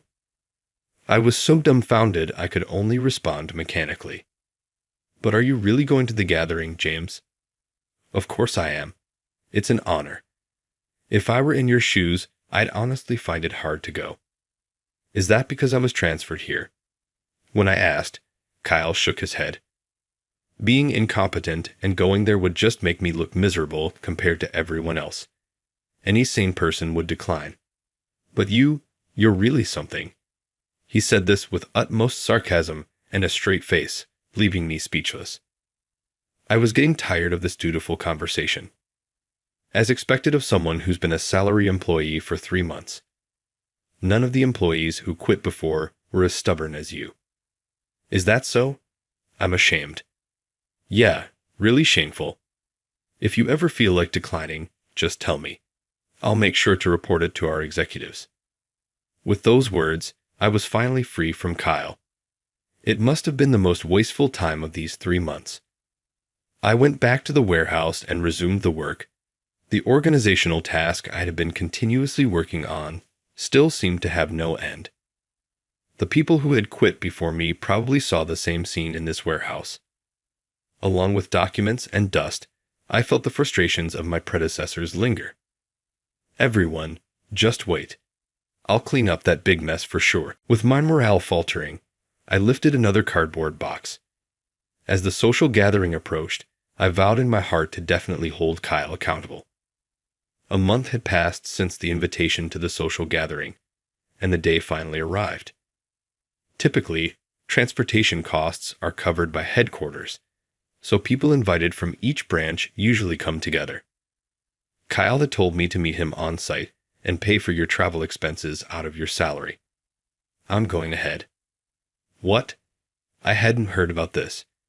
Usually, travel expenses are covered by headquarters, right? Your share of the travel expenses is already used up. If you don't want to pay out of pocket, you don't have to come. He seems to have used the travel expenses for 2 people to book his seat on the express train. I hurriedly bought myself a ticket for a later express train and headed to headquarters for the first time in 4 months. It was only a 4-month period, but emotionally, it felt like years. Even the slight changes in the cityscape refreshed my spirits. I arrived at the headquarters just in time for the start of the social gathering after catching a taxi from the station. After checking in, I called my wife. The gathering actually encouraged family accompaniment. The company, according to the president's philosophy, must also protect the employees' families. For me, stationed alone, seeing my wife was the most anticipated joy. I was so excited the night before that I had trouble sleeping. My wife was also running late, but she texted me that she would be there soon. While waiting for her at the entrance with a coffee, Kyle appeared, his face slightly flushed from alcohol. Hey, Mr. Incompetent, you're really here. His annoying taunt immediately dampened my spirits. Yes, I was invited after all. Then why are you standing out here? Let me guess, you're too embarrassed to go inside, right? Being the discarded one and all. That's not it. I'm waiting for someone. As I said this, Kyle scoffed disbelievingly and laughed, then turned to head back inside. Just then, I spotted a woman rushing toward me. Even from a distance, I knew immediately it was my wife. Standing next to her in her neat suit, my crumpled suit became embarrassingly noticeable. It's been a while. Have you been okay? Yes, we've kept in touch, so I wasn't too lonely. But haven't you lost some weight? Yeah, I've been doing a lot of physical work. My wife smoothed out the wrinkles in my suit and adjusted my tie. Kyle, having overheard our conversation, turned back and approached us again. What's this? You were meeting a woman, and here I thought an old guy like you wouldn't be up to much. Did you find a mistress at the headquarters or something? My wife, adjusting my tie, held her back to him. From my angle, I could see her eyebrows twitch in annoyance. Please stop that. This is my wife. It's not strange for her to be here since family members are also invited to the gathering. It's surprising that an incompetent guy like you even has a wife. I just assumed you were a charmless, middle-aged bachelor. His voice, louder from the alcohol, carried over the laughter. While I was used to his taunts, the people from headquarters looked our way, visibly uneasy. The unwanted attention wasn't just because Kyle was being loud. Yet, in his drunken state, he seemed unaware of the stir he was causing. I'm surprised someone like you could even get married. Your wife seems as incompetent as you are. Please don't speak ill of my wife. I won't stay silent about it, even if you are my boss. Oh, scary. Normally, you just obey orders quietly, but you act tough in front of your wife. I get it. You're usually miserable. Kyle then checked his watch and began to psych himself up by lightly slapping his cheek. All right, the president will be here soon. I need to get serious. I've got to brown nose as much as I can today to make a case for working at headquarters. That's when my wife, Irene, finally spoke up slowly. Shouldn't you choose your words more carefully? Then what are you talking about? Keep quiet, outsider. You just came here for a free meal. At that, Irene turned to face Kyle. The air seemed to freeze for a moment. Then, Kyle's face, which had been flushed, turned pale quickly. I apologize for the late introduction. I am Irene Smith, his wife, and also the president's. President, we have a lively employee here. Oh my God. President, what do you mean by this? Exactly what I said. James is my dear husband. Kyle, now utterly silent and subdued, was stared down by the president. He shrank as if a snake had glared at him. But both of your last names are different. My wife hasn't changed her name for work reasons. We have different last names. For an executive, changing your name means rewriting countless contracts, which is exhausting just to think about. But thanks to that, Kyle never suspected a thing. I'd like to hear your explanation. Why do you belittle your employees to such an extent? No, this is different. It may feel a bit extreme, but this is how we communicate, right? James Kyle desperately looked to me for support, but there was no way I was going to defend him. No. I've told you many times, I dislike it. Similar treatment has been given to other employees, and it's the reason for the high turnover rate. Jesus, you're betraying me. The sound of Kyle grinding his teeth seemed almost audible. James, you've had a tough time. You don't need to act anymore. Is that so? Yes, it's been quite long indeed. Finally, I could face Kyle squarely without the weight on my shoulders. Your behavior has been reported to the president all along. It's futile to pretend now. Kyle, sweating profusely, could never have imagined this day would come. Now everything he had built was beginning to crumble. In fact, I wasn't transferred to the Eastwood branch just because of a staffing shortage. The real purpose was to investigate the causes of the unusually high turnover rate. As an investigator, I was dispatched there. I had heard bad rumors about the department head beforehand, but rumors tend to get embellished, and I wanted to see and judge for myself. You act like a spy, sizing people up. I didn't want to be called a spy by someone who had been insulting me since we first met. You seem to enjoy pushing employees you dislike to the sidelines and pressuring your employees. That's nonsense. You shouldn't listen to this man. For the past 4 months, he has failed to meet his quotas even once. He's a failure. That's because you only had James handling warehouse organization, isn't it? He didn't even have a desk. We have all the photos and audio recordings as data, so I believe we have credible information. Just as the president said, Kyle's statements and actions had been secretly recorded, and I had been sending these as evidence to the president. I don't consider everything he said as abuse. Sometimes harsh words might be necessary, but there must always be a foundation of affection. It's because of love that such actions are called tough love. What? It was just whipping. It was nothing more than an attack that only caused suffering. Employees should be cherished. I am considering a rate punishment for your actions that have gone against the company's philosophy. Be prepared. Wait, please. I have one thing I want to explain. Kyle, cornered, clung to the president. Maybe I was too harsh on James, I admit that, and I'm reflecting on it. But I did not do that to other employees who left. Please believe me. Kyle was desperate to reduce his punishment. He thought he could hide his mistreatment of others. I thought you would try to escape responsibility like this. We have already found evidence to the contrary. Evidence? You shouldn't have had time for that. It was in that warehouse you pushed me into. You did the same to other employees who left, didn't you? During an endless task of organizing the warehouse, I found an notebook. It was filled with various handwriting detailing the abuse received from Kyle. Those pushed into that warehouse tried to leave some evidence. The content was almost the same as what happened to me, and it was filled like a communal diary.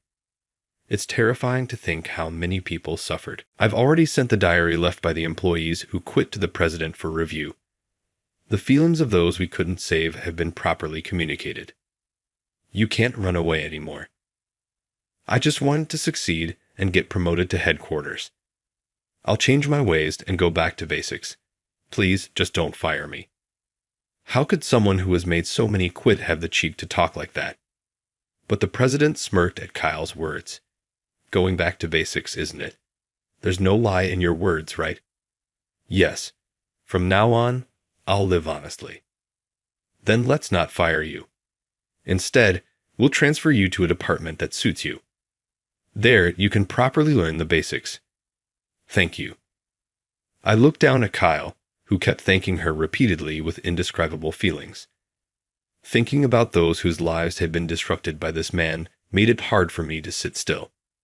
Yet, I hadn't realized the president's true intention. The decision to transfer him instead of firing him wasn't out of mercy, but a real punishment. Later on, Kyle was transferred to a department removed from the headquarters, located in a picturesque rural setting. The landscape, always filled with expansive fields as far as the eye can see, somehow brought peace to my mind. This area allowed for a large factory due to its ample land, and Kyle is currently working there. 6 months after his transfer, I went to inspect this department to see how he was doing. This factory, unlike the Eastwood branch, was solely focused on manufacturing, with most of the employees' jobs involving physical labor. For Kyle, who had become rather corpulent, it was the perfect environment. About 6 months ago, Kyle Wilson transferred here. Do you know where he is? I asked an employee, who then guided me to Kyle. The man waiting for me had significantly slimmed down, a frail version of his former self. Kyle, once quite plump, had become gaunt due to the past 6 months of work. You look unrecognizable. How's the job treating you? You're James, right? Kyle, recognizing me, glared momentarily, but then his words faltered. I came to check on you while inspecting the factory. Supervisors are busy, right?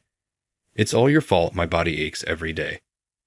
Indeed, as I approached, the smell of a medicated compress was stronger than that of sweat. His body seemed to be screaming from the unfamiliar physical labor. Just because I put you in charge of a warehouse job doesn't mean you're going to put me through this poor environment.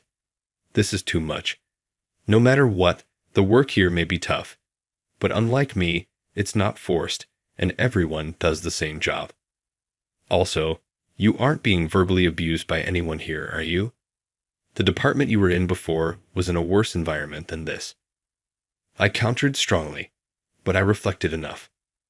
Please transfer me back to my old department. I can't fully utilize my strengths here. I could contribute much more to the company. You're quite confident, Kyle said. Actually, the president mentioned something to me. I said, as Kyle seemed ready to lash out. The president said, based on my judgment, if you truly reflected, then considering a transfer back to the Eastwood branch might be possible.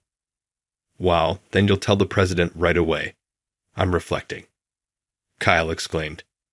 Okay, but there's one condition you need to meet before I can judge that, I told Kyle. What's that? You don't ask to be sent back home. What does that mean? If you were truly reflecting, an apology would come first, but instead, you complained and begged to be sent back. Therefore, you'll continue working here for another 6 months. The president had given even such a man a chance. I honestly thought he could be fired, but part of me still wanted him to have a chance. Despite everything, he's still an employee, and I want to take care of him. It's my own selfish wish, but could you give him a chance? You're kind, aren't you? Kyle remarked. Do the other employees agree? I'll make sure to properly punish where it's due. Don't worry about that, I said. The punishment involved more than just this assignment. By the way, starting this month, we're providing a stipend to those you drove to resignation. It seems some of them suffered mental health issues or had to move, so it's kind of compensation. We should just forget about those weaklings who left. What's this kindness about? Be kind to me too. By the way, that money will be deducted from your salary, so you might want to cut back on your spending starting next month. What? You're deducting it from my salary? How much are you taking? Kyle seemed ready to explode. I haven't been told the amount, but I think it's about $50,000 in total. How merciless. I have a life to live too, Kyle shouted. Those who you pushed out had their lives and families too. Consider it karma and accept it. It'll be interesting to see how long Kyle's deductions last. Just then, the factory clock chimed. It was a signal for work to resume. I can't stand this. I don't want to work if I'm not getting paid. Please. I'll do anything to get help, Kyle whined, but was grabbed by the foreman and dragged away in a daze. I wondered if he'd have reflected by the next time I visited. Thinking this, I left the factory. Ultimately, a month after my inspection, Kyle left the factory. The amount deducted was apparently more than he expected, but from what I saw, it was within reasonable limits. Rumor has it that, with few entertainments in the countryside, he spent his weekends gambling on machines and horse races, accumulating debt, believing he couldn't repay it with his current earnings. He resigned to make a fresh start, but at his age, in his late 40s, no company would take him. Rejected at every job application, he's now juggling part-time jobs just to get by. In the end, carrying the $50,000 compensation to the company and his own accrued debts, he's set for a life of hardship. Such a pity for a man who squandered his chance at redemption. As for me, I'm still working at the headquarters right beside my wife, the president, assisting others. In this way, suits my nature, so I'm content with my current life. Sorry to burden you with the unpleasant tasks, but your support allows me to delegate important duties with peace of mind. Being appreciated like this is all the motivation I need. Let me continue to support you by your side. Our relationship isn't one of looking down on each other just because it's between a president and an employee. We see each other as equals beyond our positions. Naturally, building such relationships with other employees is my current goal. A company with strong connections like this is sure to survive. With this in mind, I'm motivated to keep striving today to make everyone's workplace a secure one.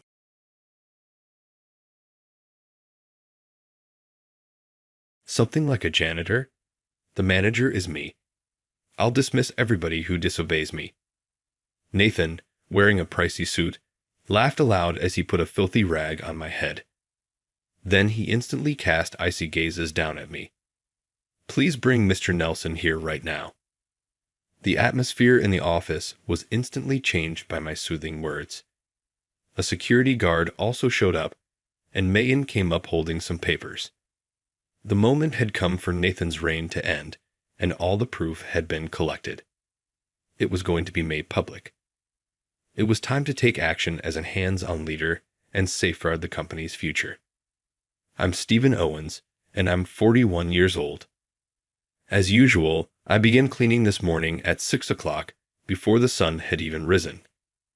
I meticulously cleaned the restrooms, swept the floors, and wiped off desks.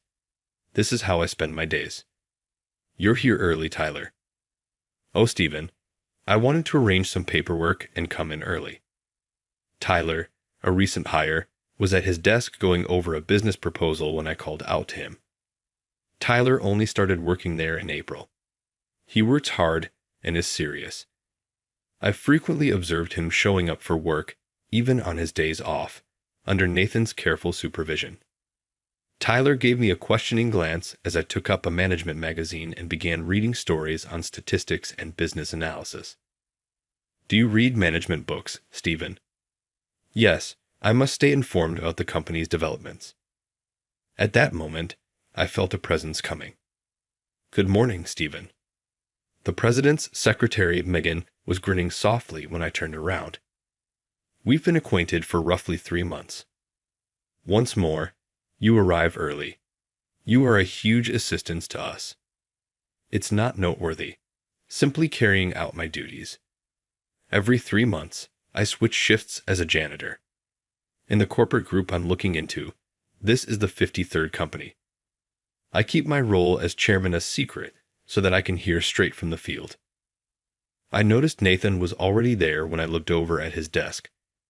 Nathan is constantly busy sorting documents when he arrives, which is around 7:30 a.m. He struggled with a mountain of receipts today as well. The regular guard met me on my way to the security room. I appreciate all of your hard work. You're as early as usual. Yes, this place has a pleasant vibe. The staff members are decent individuals. Yes, but I'm concerned because there has been a lot more overtime lately. Yeah, I said, and walked out of the security room. More workers started to show up as the office began to receive sunshine. Megan was making coffee elegantly, while Tyler was absorbed in his paperwork. I silently watched the business's operations while I stored my cleaning supplies. I could hear Nathan quickly getting rid of papers, and I could hear the shredder. I chose to remain cautious for the time being, despite his worrying conduct. Over the previous 3 months, I had seen Nathan's strange conduct, but it was not time to take action. I finished cleaning the restrooms after wiping off the desks. The polished floor glinted in the morning sun that streamed through the windows. The start of a new day was imminent. Shouts came from the meeting room at 9 in the morning. Tyler was being severely reprimanded by Nathan. How many times must I tell you this? This proposal is pointless. With a pale face and shaking hands, Tyler emerged with his documents as the door opened. I walked up to him in silence after clearing the desk. How about a cup of tea, Tyler? Tyler shook his hands and took the tea in the break room. Notable red scrolls were used to mark up the proposal that was set on the desk. Nathan most likely wrote it. Tyler started talking in a tiny voice. Stephen, how bad is my proposal? Give me a chance to look. As I read it, I saw his adaptable style and sound data analysis, which are hallmarks of a budding star. Nathan's critiques were incorrect. Nathan told me to come up with improvements by the end of the month, but I have no idea how to fix it. I think the market analysis here is good. Maybe just add a few more specific figures. Just then, Nathan walked into the break room. He glanced at us briefly, then shot a sharp look at Tyler. Still wasting time here. Hurry up and fix it. Startled, Tyler quickly gathered his documents and returned to his desk. Nathan turned to me, looking down coldly. A janitor has no business sticking his nose in. Just focus on your work. He said that coldly, then bought a coffee from the vending machine and left. By early afternoon, Tyler was still at his desk, immersed in revising his proposal without even taking lunch. Next to him, Nathan was enjoying an expensive-looking lunch while chatting with his subordinates. Peeking into Nathan's drawer, I noticed a pile of receipts. Megan quietly placed a rice ball on Tyler's desk. Tyler smiled gratefully at her thoughtful gesture. At 3:00 p.m., yelling erupted from the meeting room again. This time, a new employee had become Nathan's target. Then another employee was called in, and the harsh reprimands continued. Nathan's behavior has been strange lately. He's particularly harsh on the younger employees. Yeah, do you know why? Overtime has shot up since last month, and there's been a lot of shredding. I see. Thanks for letting me know. After thanking the security guard, I returned to my work. As 5:00 p.m. approached, the office started to grow dim. Tyler was still at his desk, wrestling with a proposal. Nathan seemed to have left for the day.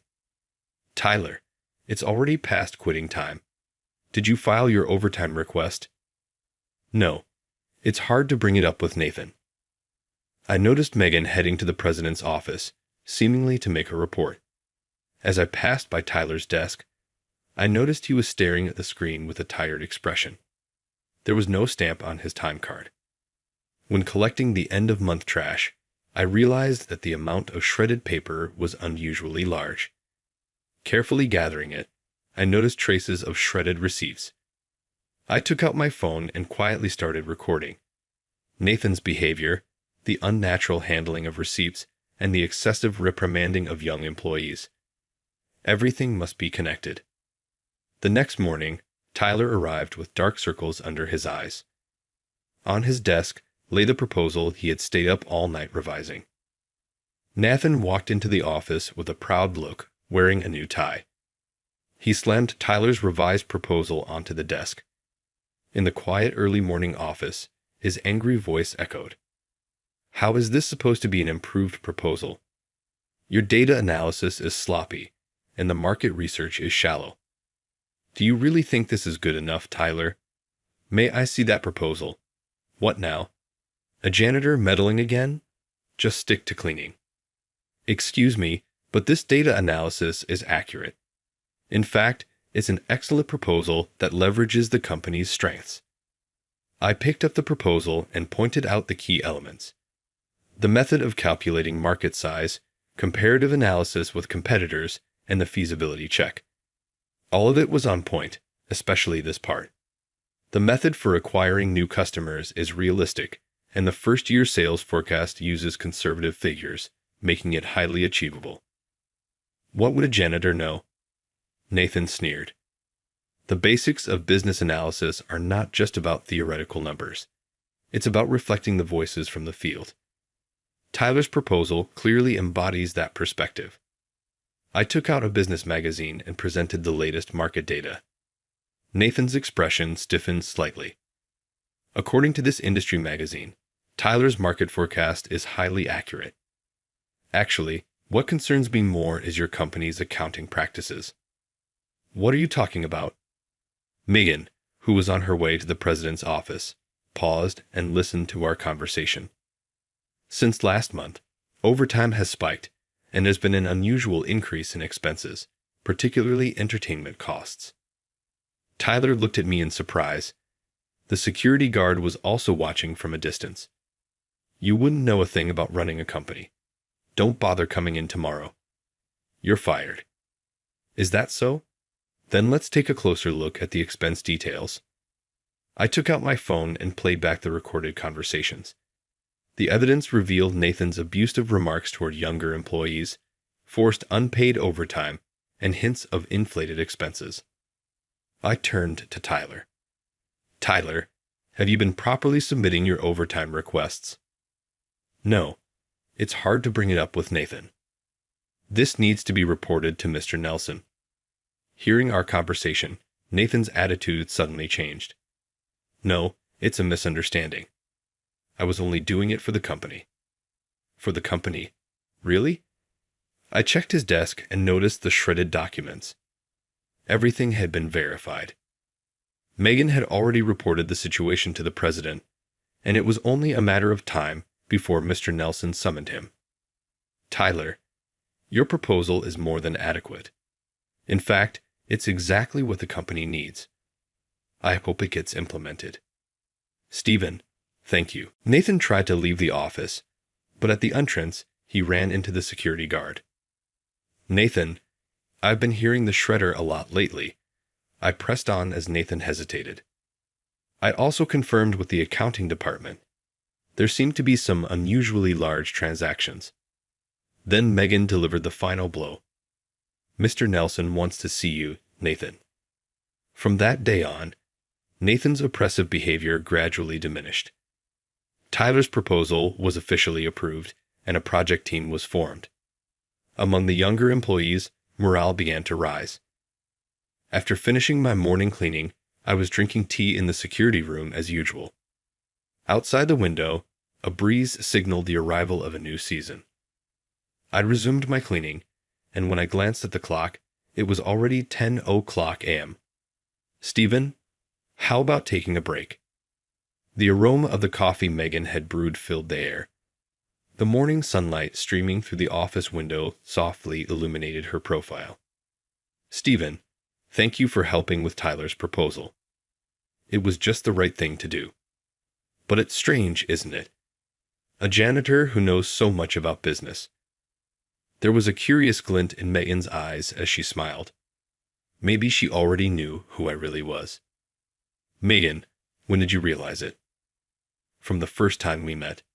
The way you wiped Mr. Nelson's desk was exactly like how Mr. Owens used to do it." I never thought she'd noticed from the very beginning. Since it was still work hours, I thanked her for the coffee and went back to my tasks. During lunch break, Megan offered me a homemade lunch. We sat by the window in the break room, just the two of us. "Actually, I knew of Mr. Owens since my student days.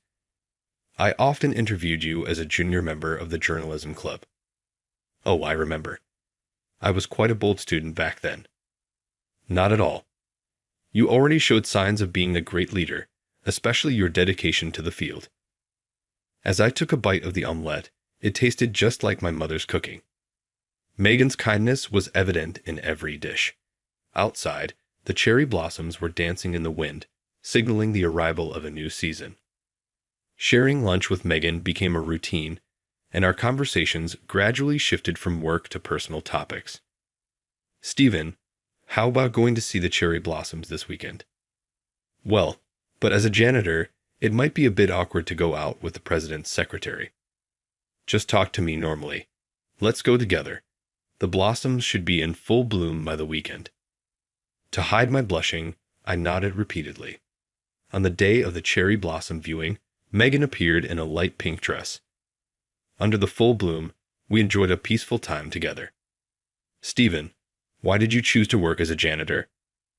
"I'd wanted to hear the voices from the field directly. Numbers alone don't reveal the real situation." "I'd admire that mindset, Megan." "Thank you." Her confession, carried by the spring breeze, sounded as gentle as the falling petals. One afternoon, we visited an art museum. Megan paused in front of a painting, passionately explaining its story. Her enthusiasm reminded me of her journalism days. One evening, Megan brought important documents from the president's office. They contained new evidence of Nathan's misconduct. "I want to protect this company just like you do. Your strength always helps me." I took the documents from her. As night fell, Megan remained at her desk, still working. I made her a warm cup of coffee to keep her going. Thanks to Megan's support, we managed to put an end to Nathan's reckless actions. She supports the company from behind the scenes, and she also supports me. On the weekend, we visited a seaside restaurant together. As the sun slowly sank below the horizon, Megan spoke with a calm expression. "Stephen, at some point, we'll have to make our relationship public." "Yeah, once everything is settled, I'll make it official." Little by little, we grew closer, and our relationship naturally began. The warm breeze wrapped around us, and the sound of the waves quietly echoed. It felt as if the future itself was giving us its blessing. On Monday morning, an unusual tension filled the office. Nathan had urgently summoned Tyler's project team. The new project that had been progressing smoothly until last week had suddenly come to a halt. "What's this number? The budget has almost doubled. Who's responsible?" "I'm sorry, but this increase is necessary as an initial investment." "Shut up. Do you think that kind of excuse will work?" Nathan slammed the proposal onto the office table. As the young employees shrank back, I quietly observed the situation while wiping the desks. So should I cut your salaries to make up for it?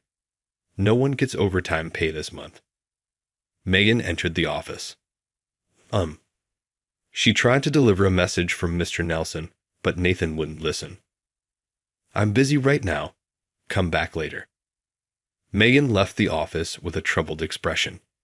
She seemed to have discovered something important. During lunch break, while I was chatting with the security guard, Tyler rushed in with a pale face. Stephen, something terrible happened. The project budget as... Calm down. What's going on? The numbers on the documents that came back from accounting are different from what we submitted.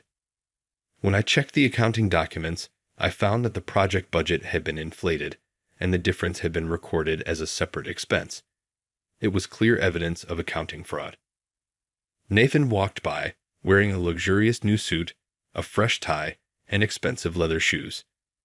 While cutting employees' overtime pay, he was clearly spending extravagantly on himself.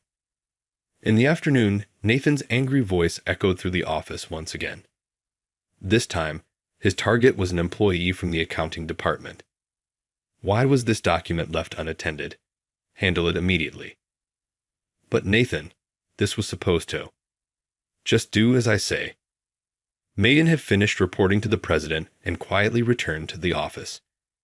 It was clear that Nathan's misconduct was reaching a point where it couldn't be hidden anymore. That evening, Nathan took a bundle of receipts from his desk and headed toward the shredder room. If this keeps up, the project will be destroyed. You are doing the right thing. It's too early to give up. Late into the night, Megan was meticulously checking the documents left on the desk.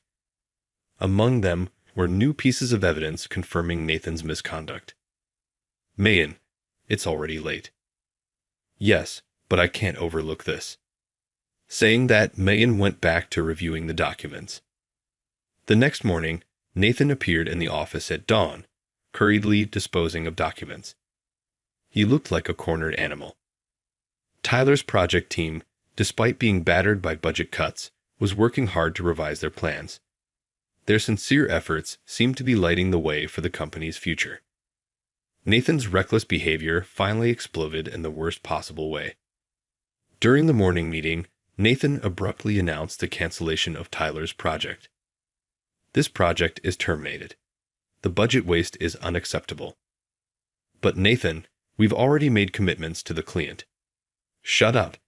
A kid like you shouldn't be squandering the company's money. A merciless slap landed on Tyler's cheek. The office froze as Nathan's verbal abuse continued. Pack your things immediately. You don't need to come in tomorrow.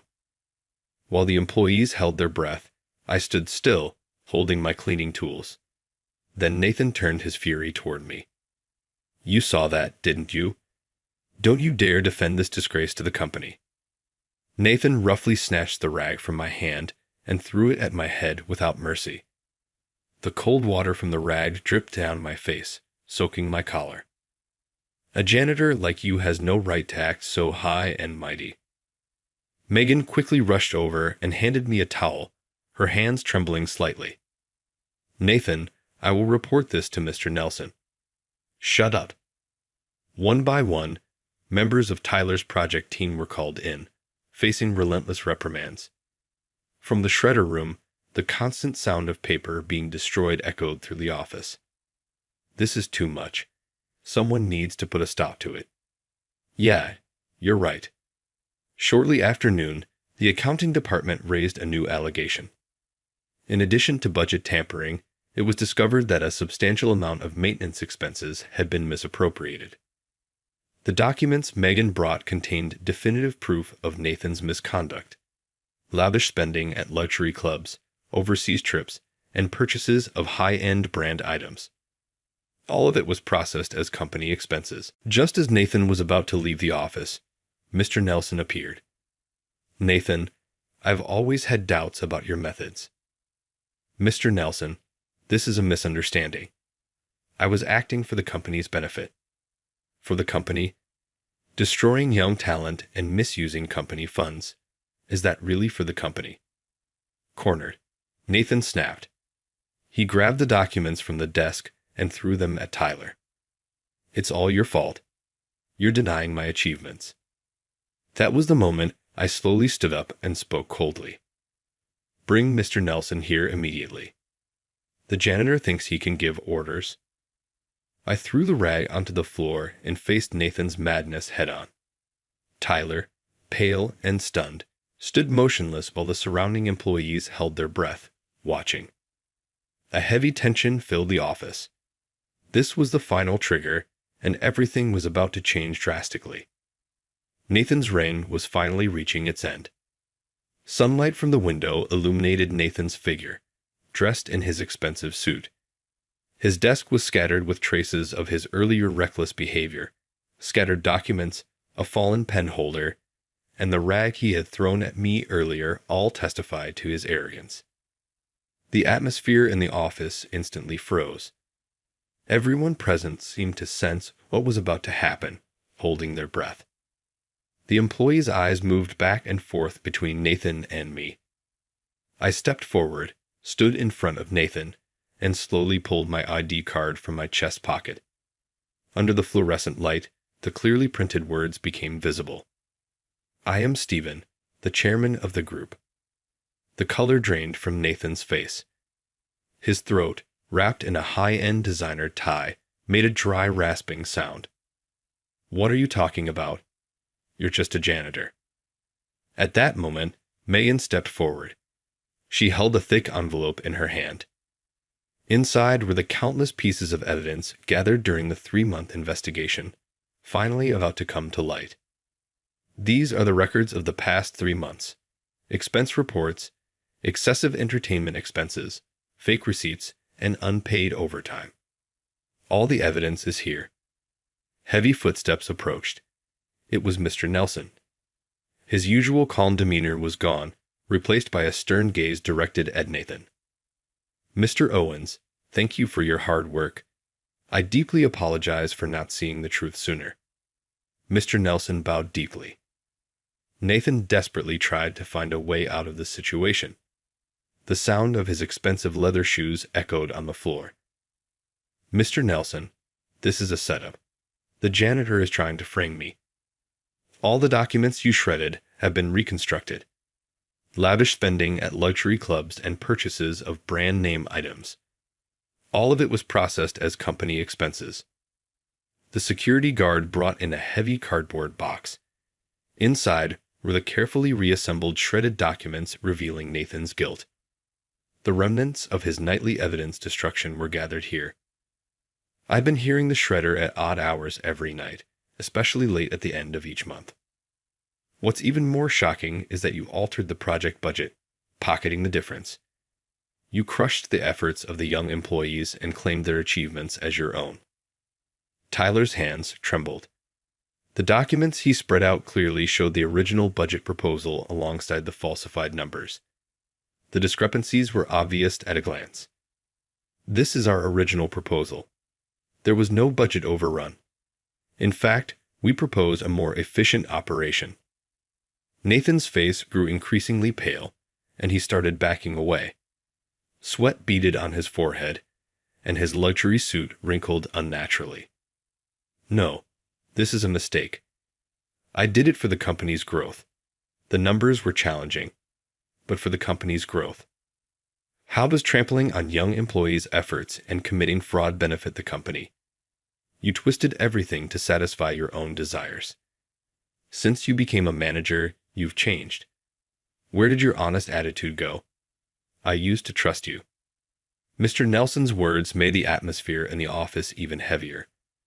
Veteran employees who knew the old Nathan had conflicted expressions on their faces.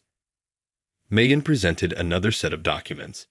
It was the detailed audit report from the accounting department. According to this report, the amount of embezzlement over the past 2 years amounts to $800,000. Not only inflated entertainment expenses, but also fictitious orders and personal use of company funds. The methods were extremely elaborate. No, I had my reasons.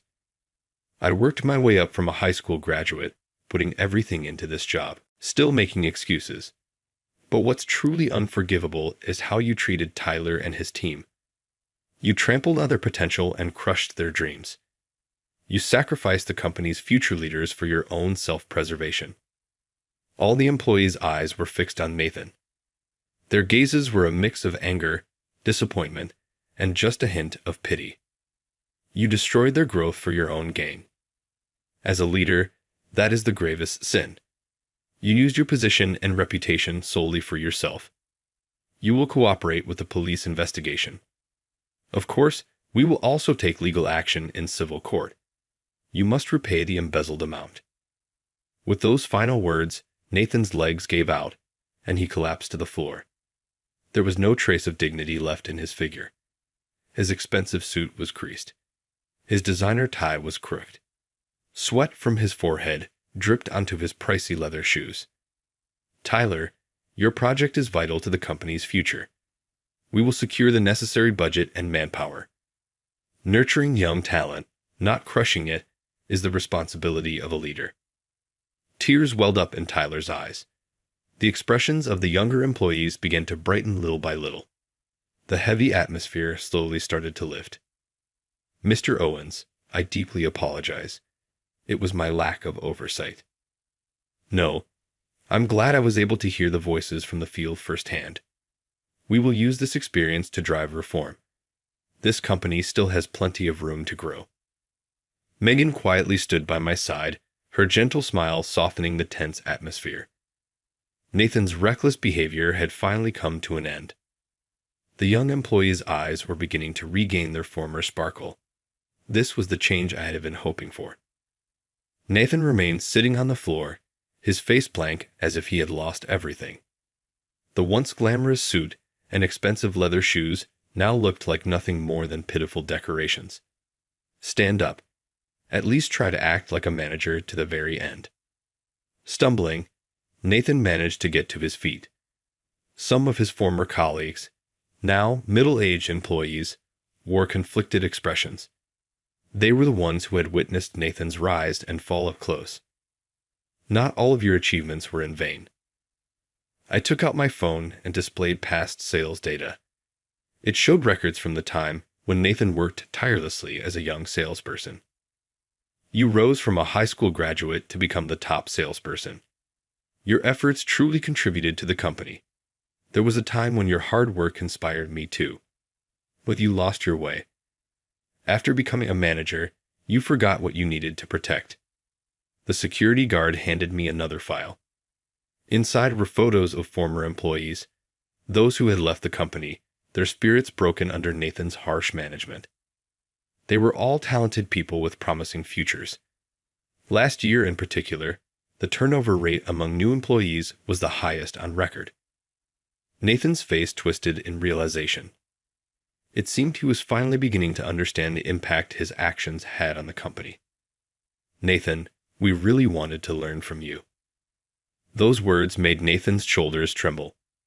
The young employee's eyes no longer showed fear, but rather a hint of pity. A leader's role is not just to generate profit, nurturing people and building the future of the company. That is the true responsibility. Mr. Nelson pulled out an old photo. It was a group picture taken 20 years ago when Nathan had joined the company as a new employee. In it, Nathan looked fresh and eager, a far cry from his current self. Remember that version of yourself, the one who worked hard to learn and valued his colleagues. Megan presented the final audit report from the accounting department. It revealed the full extent of the fraud, and the total amount was far beyond the initial estimate. The total damage amounts to $1.2 million. All of this has been verified. What have I done? For the first time, a genuine admission slipped from Nathan's lips. His luxurious watch ticked against his trembling wrist. You will repay the full amount and take legal responsibility. That's where your atonement begins. The atmosphere in the office slowly began to shift. The heavy tension started to give way to a sense of new beginnings. However, this is not the end. Everyone looked surprised at my words. Your experience and skills, if misused, can be harmful. but if applied correctly, they can be an asset to the company. I will give you a chance to redeem yourself. Mr. Owens, you will start over from the ground up, handling everything from field work and cleaning to security, delivery, and warehouse operations. You will experience it all. Remember your roots and gain a true sense of management. Nathan dropped at his knees and bowed his head deeply. I'm sorry. Truly, I'm so sorry. Tyler stepped forward and spoke to Nathan. Someday, I hope we can proudly call you manager again. We'll be waiting for that day.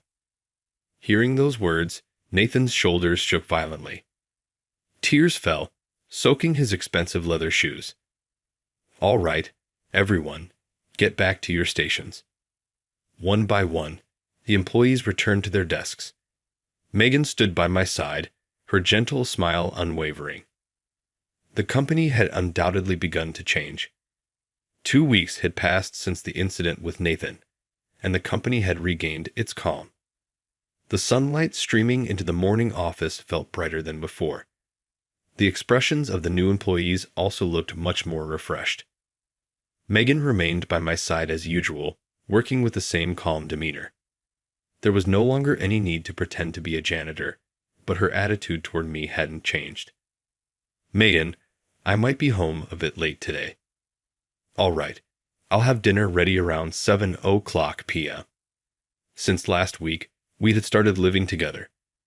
Our home was on the top floor of a high-rise apartment building. From the windows, we could see the entire cityscape. Every morning, I woke up with the sunrise, and the aroma of Megan's coffee marked the start of the day. Good morning, Mr. Owens. Good morning, Megan. Tyler greeted us with a cheerful smile. He was now leading the project team, guiding the younger members. Do you have the materials ready for today's meeting? Yes, we all stayed up late to get it done. Another all-nighter. Take care of your health. Blushing slightly at Megan's concern, Tyler gave a shy nod. Her kindness had a positive effect throughout the entire company. During lunch, Megan opened a homemade lunch. We sat by the window in the break room, our usual spot, and enjoyed some time alone. I saw the new proposal. It's a plan for reforming the entire group, right? Yeah, I'd like to hear your thoughts on it. Megan's feedback was spot on. Her skills in research and analysis, honed since her student days, were as sharp as ever. Stephen, are you not planning to do cleaning anymore? Yes, I'll keep doing it. Listening to voices from the field is essential for a leader. That's just like you, and I think it's wonderful. The innocent, light-hearted atmosphere between us hadn't changed since we started dating. At sunset, Megan and I took a walk in a nearby park. Seasonal flowers were blooming, and a pleasant breeze brushed past us. Stephen, when should we announce our marriage? Yeah, I think it's about time to make it public. As I took her hand, she leaned in happily. The feel of the ring on her finger affirmed the bond between us. Meeting you was the best thing that ever happened to me. I feel the same. Without you, I wouldn't have been able to resolve the situation with Nathan. On the way home, Megan was brimming with excitement as she talked about the wedding. I nodded at her wish for a simple ceremony. When we got back, Megan rolled up her sleeves and started preparing dinner. Watching her in her apron, I couldn't help but savor the happiness I felt. Tomorrow's a day off. Shall we go somewhere? Sounds good. How about visiting the art museum for the first time in a while? The dinner laid out on the table reminded me of my mother's cooking. Megan seemed to remember all my preferences. Stephen, please always stay true to your hands-on approach. Yeah, I promise. Let's keep making this company better together. By the window with a view of the city lights, Megan was organizing work documents. Even at home, she was meticulous. Meeting Megan had changed my life dramatically. The weight of being the group chairman hadn't changed, but having her by my side made everything worthwhile. From now on, we would continue to support each other as we walked forward together. Outside the window, the city lights flickered. The two of us reflected in the glass seemed to hint at a promising future. The early summer morning sunlight illuminated the company that had been reborn. The light reflecting off the office building's windows was almost dazzling, as if symbolizing the company's future. The office layout had been significantly changed to encourage natural interaction between young and veteran employees, and partially adopting a free address system fostered conversations beyond departmental boundaries. The employees' expressions were softer than before, and the morning greetings were filled with energy. Tyler's project had achieved a 150% increase in quarterly sales and had become a model case for young talent development, even being featured in industry magazines. Other companies were increasingly visiting for insights, and Tyler himself was often invited as a speaker. Today, the new training program starts, right? Yes, it's the first step in spreading the hands-on philosophy across the entire group. Over 100 participants from 20 companies have already signed up. Last month, Megan and I quietly held our wedding ceremony. We avoided any flashy elements, choosing instead a simple celebration that allowed us to genuinely share our joy with the employees. The words of congratulations still resonated in my heart. Looking out the window, I saw employees already cleaning the premises from early in the morning. Among them were managers who once criticized the idea of fieldwork. With a new policy requiring all managers to do fieldwork once a month, the atmosphere in the company had undeniably changed. In the training room, Nathan stood in his work uniform before the new employees. 6 months of hands-on experience had changed him from the inside out. Once obsessed with luxury brands, he now worked confidently in his uniform. He never missed his 5 a.m. shift and led by example with his dedication to cleaning. I made a huge mistake. I lost my position and reputation. But through that, I learned something important. There is essential value in fieldwork. It nurtures people and drives the company's strength. The new employees listened intently, their eyes serious and focused. Gone was the old domineering attitude, and his words now carried the weight of hard-earned experience, captivating the younger employees. I must admit, I'm truly surprised by Nathan's transformation. To think that someone as stubborn as him could change so much. Mr. Nelson spoke with a thoughtful expression. On his desk was a graph showing the group's performance trends. Since the reforms, the numbers had shown a clear upward curve. The turnover rate had hit a record low, and employee satisfaction surveys showed significant improvements. Mr. Owens, the final adjustments for the new plan are complete. The submitted proposal carefully reflected the voices from the field. Balancing cost reduction and operational efficiency while also enhancing employee motivation was an ideal approach. Well done. You've grown a lot over the past 6 months. Megan continued working as the president's secretary while also serving as a special advisor to the corporate planning office. Her sharp insights and warm personality had become indispensable to the new company. In decision-making meetings, her advice remained consistently spot on. As I spoke during the morning assembly, the employees listened with earnest expressions, nodding in agreement. The new philosophy of hands-on leadership had firmly taken root. The old authoritarian atmosphere was gone, replaced by an open and dynamic environment where discussions flowed freely. Outside, the early summer breeze swayed the fresh green leaves.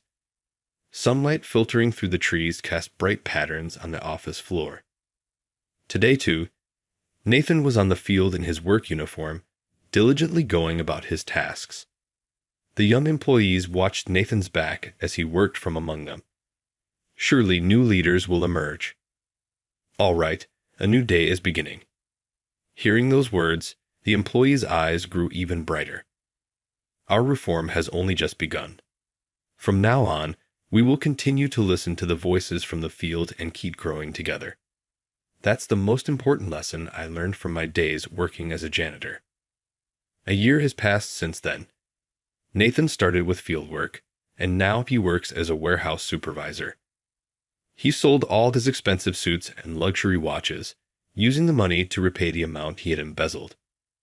Most of his salary goes toward paying off the debt, and he continues to live alone in a modest one-room apartment. However, his expression now has a sense of clarity and purpose. He pours his passion into mentoring his juniors and has earned trust as a leader in the field. Although it will take more than 10 years to fully repay his debts, he doesn't seem to view it as a burden. The group's overall performance continues to rise, and the hands-on management philosophy has taken root deeply in each company. Tyler has become the youngest manager, emerging as a next-generation leader. As for me and Megan, our married life continues to be fulfilling, supporting each other every day. We head to work together in the morning, starting our day with the coffee Megan brews. Sometimes, we still do cleaning tasks as a pair. It remains an essential part of our routine, unchanged from before. Mr. Nelson has announced his retirement for next year. It has been decided that I will take over as his successor. I will be serving as both group chairman and president, but I plan to stick firmly to the hands-on approach. As the new season arrives, cherry blossoms can be seen from the office windows. The days I spent working as a janitor were invaluable experiences that shaped me as a leader. I will continue to listen to the voices from the field and, together with all the employees, build an even better company. That's the future we're striving for.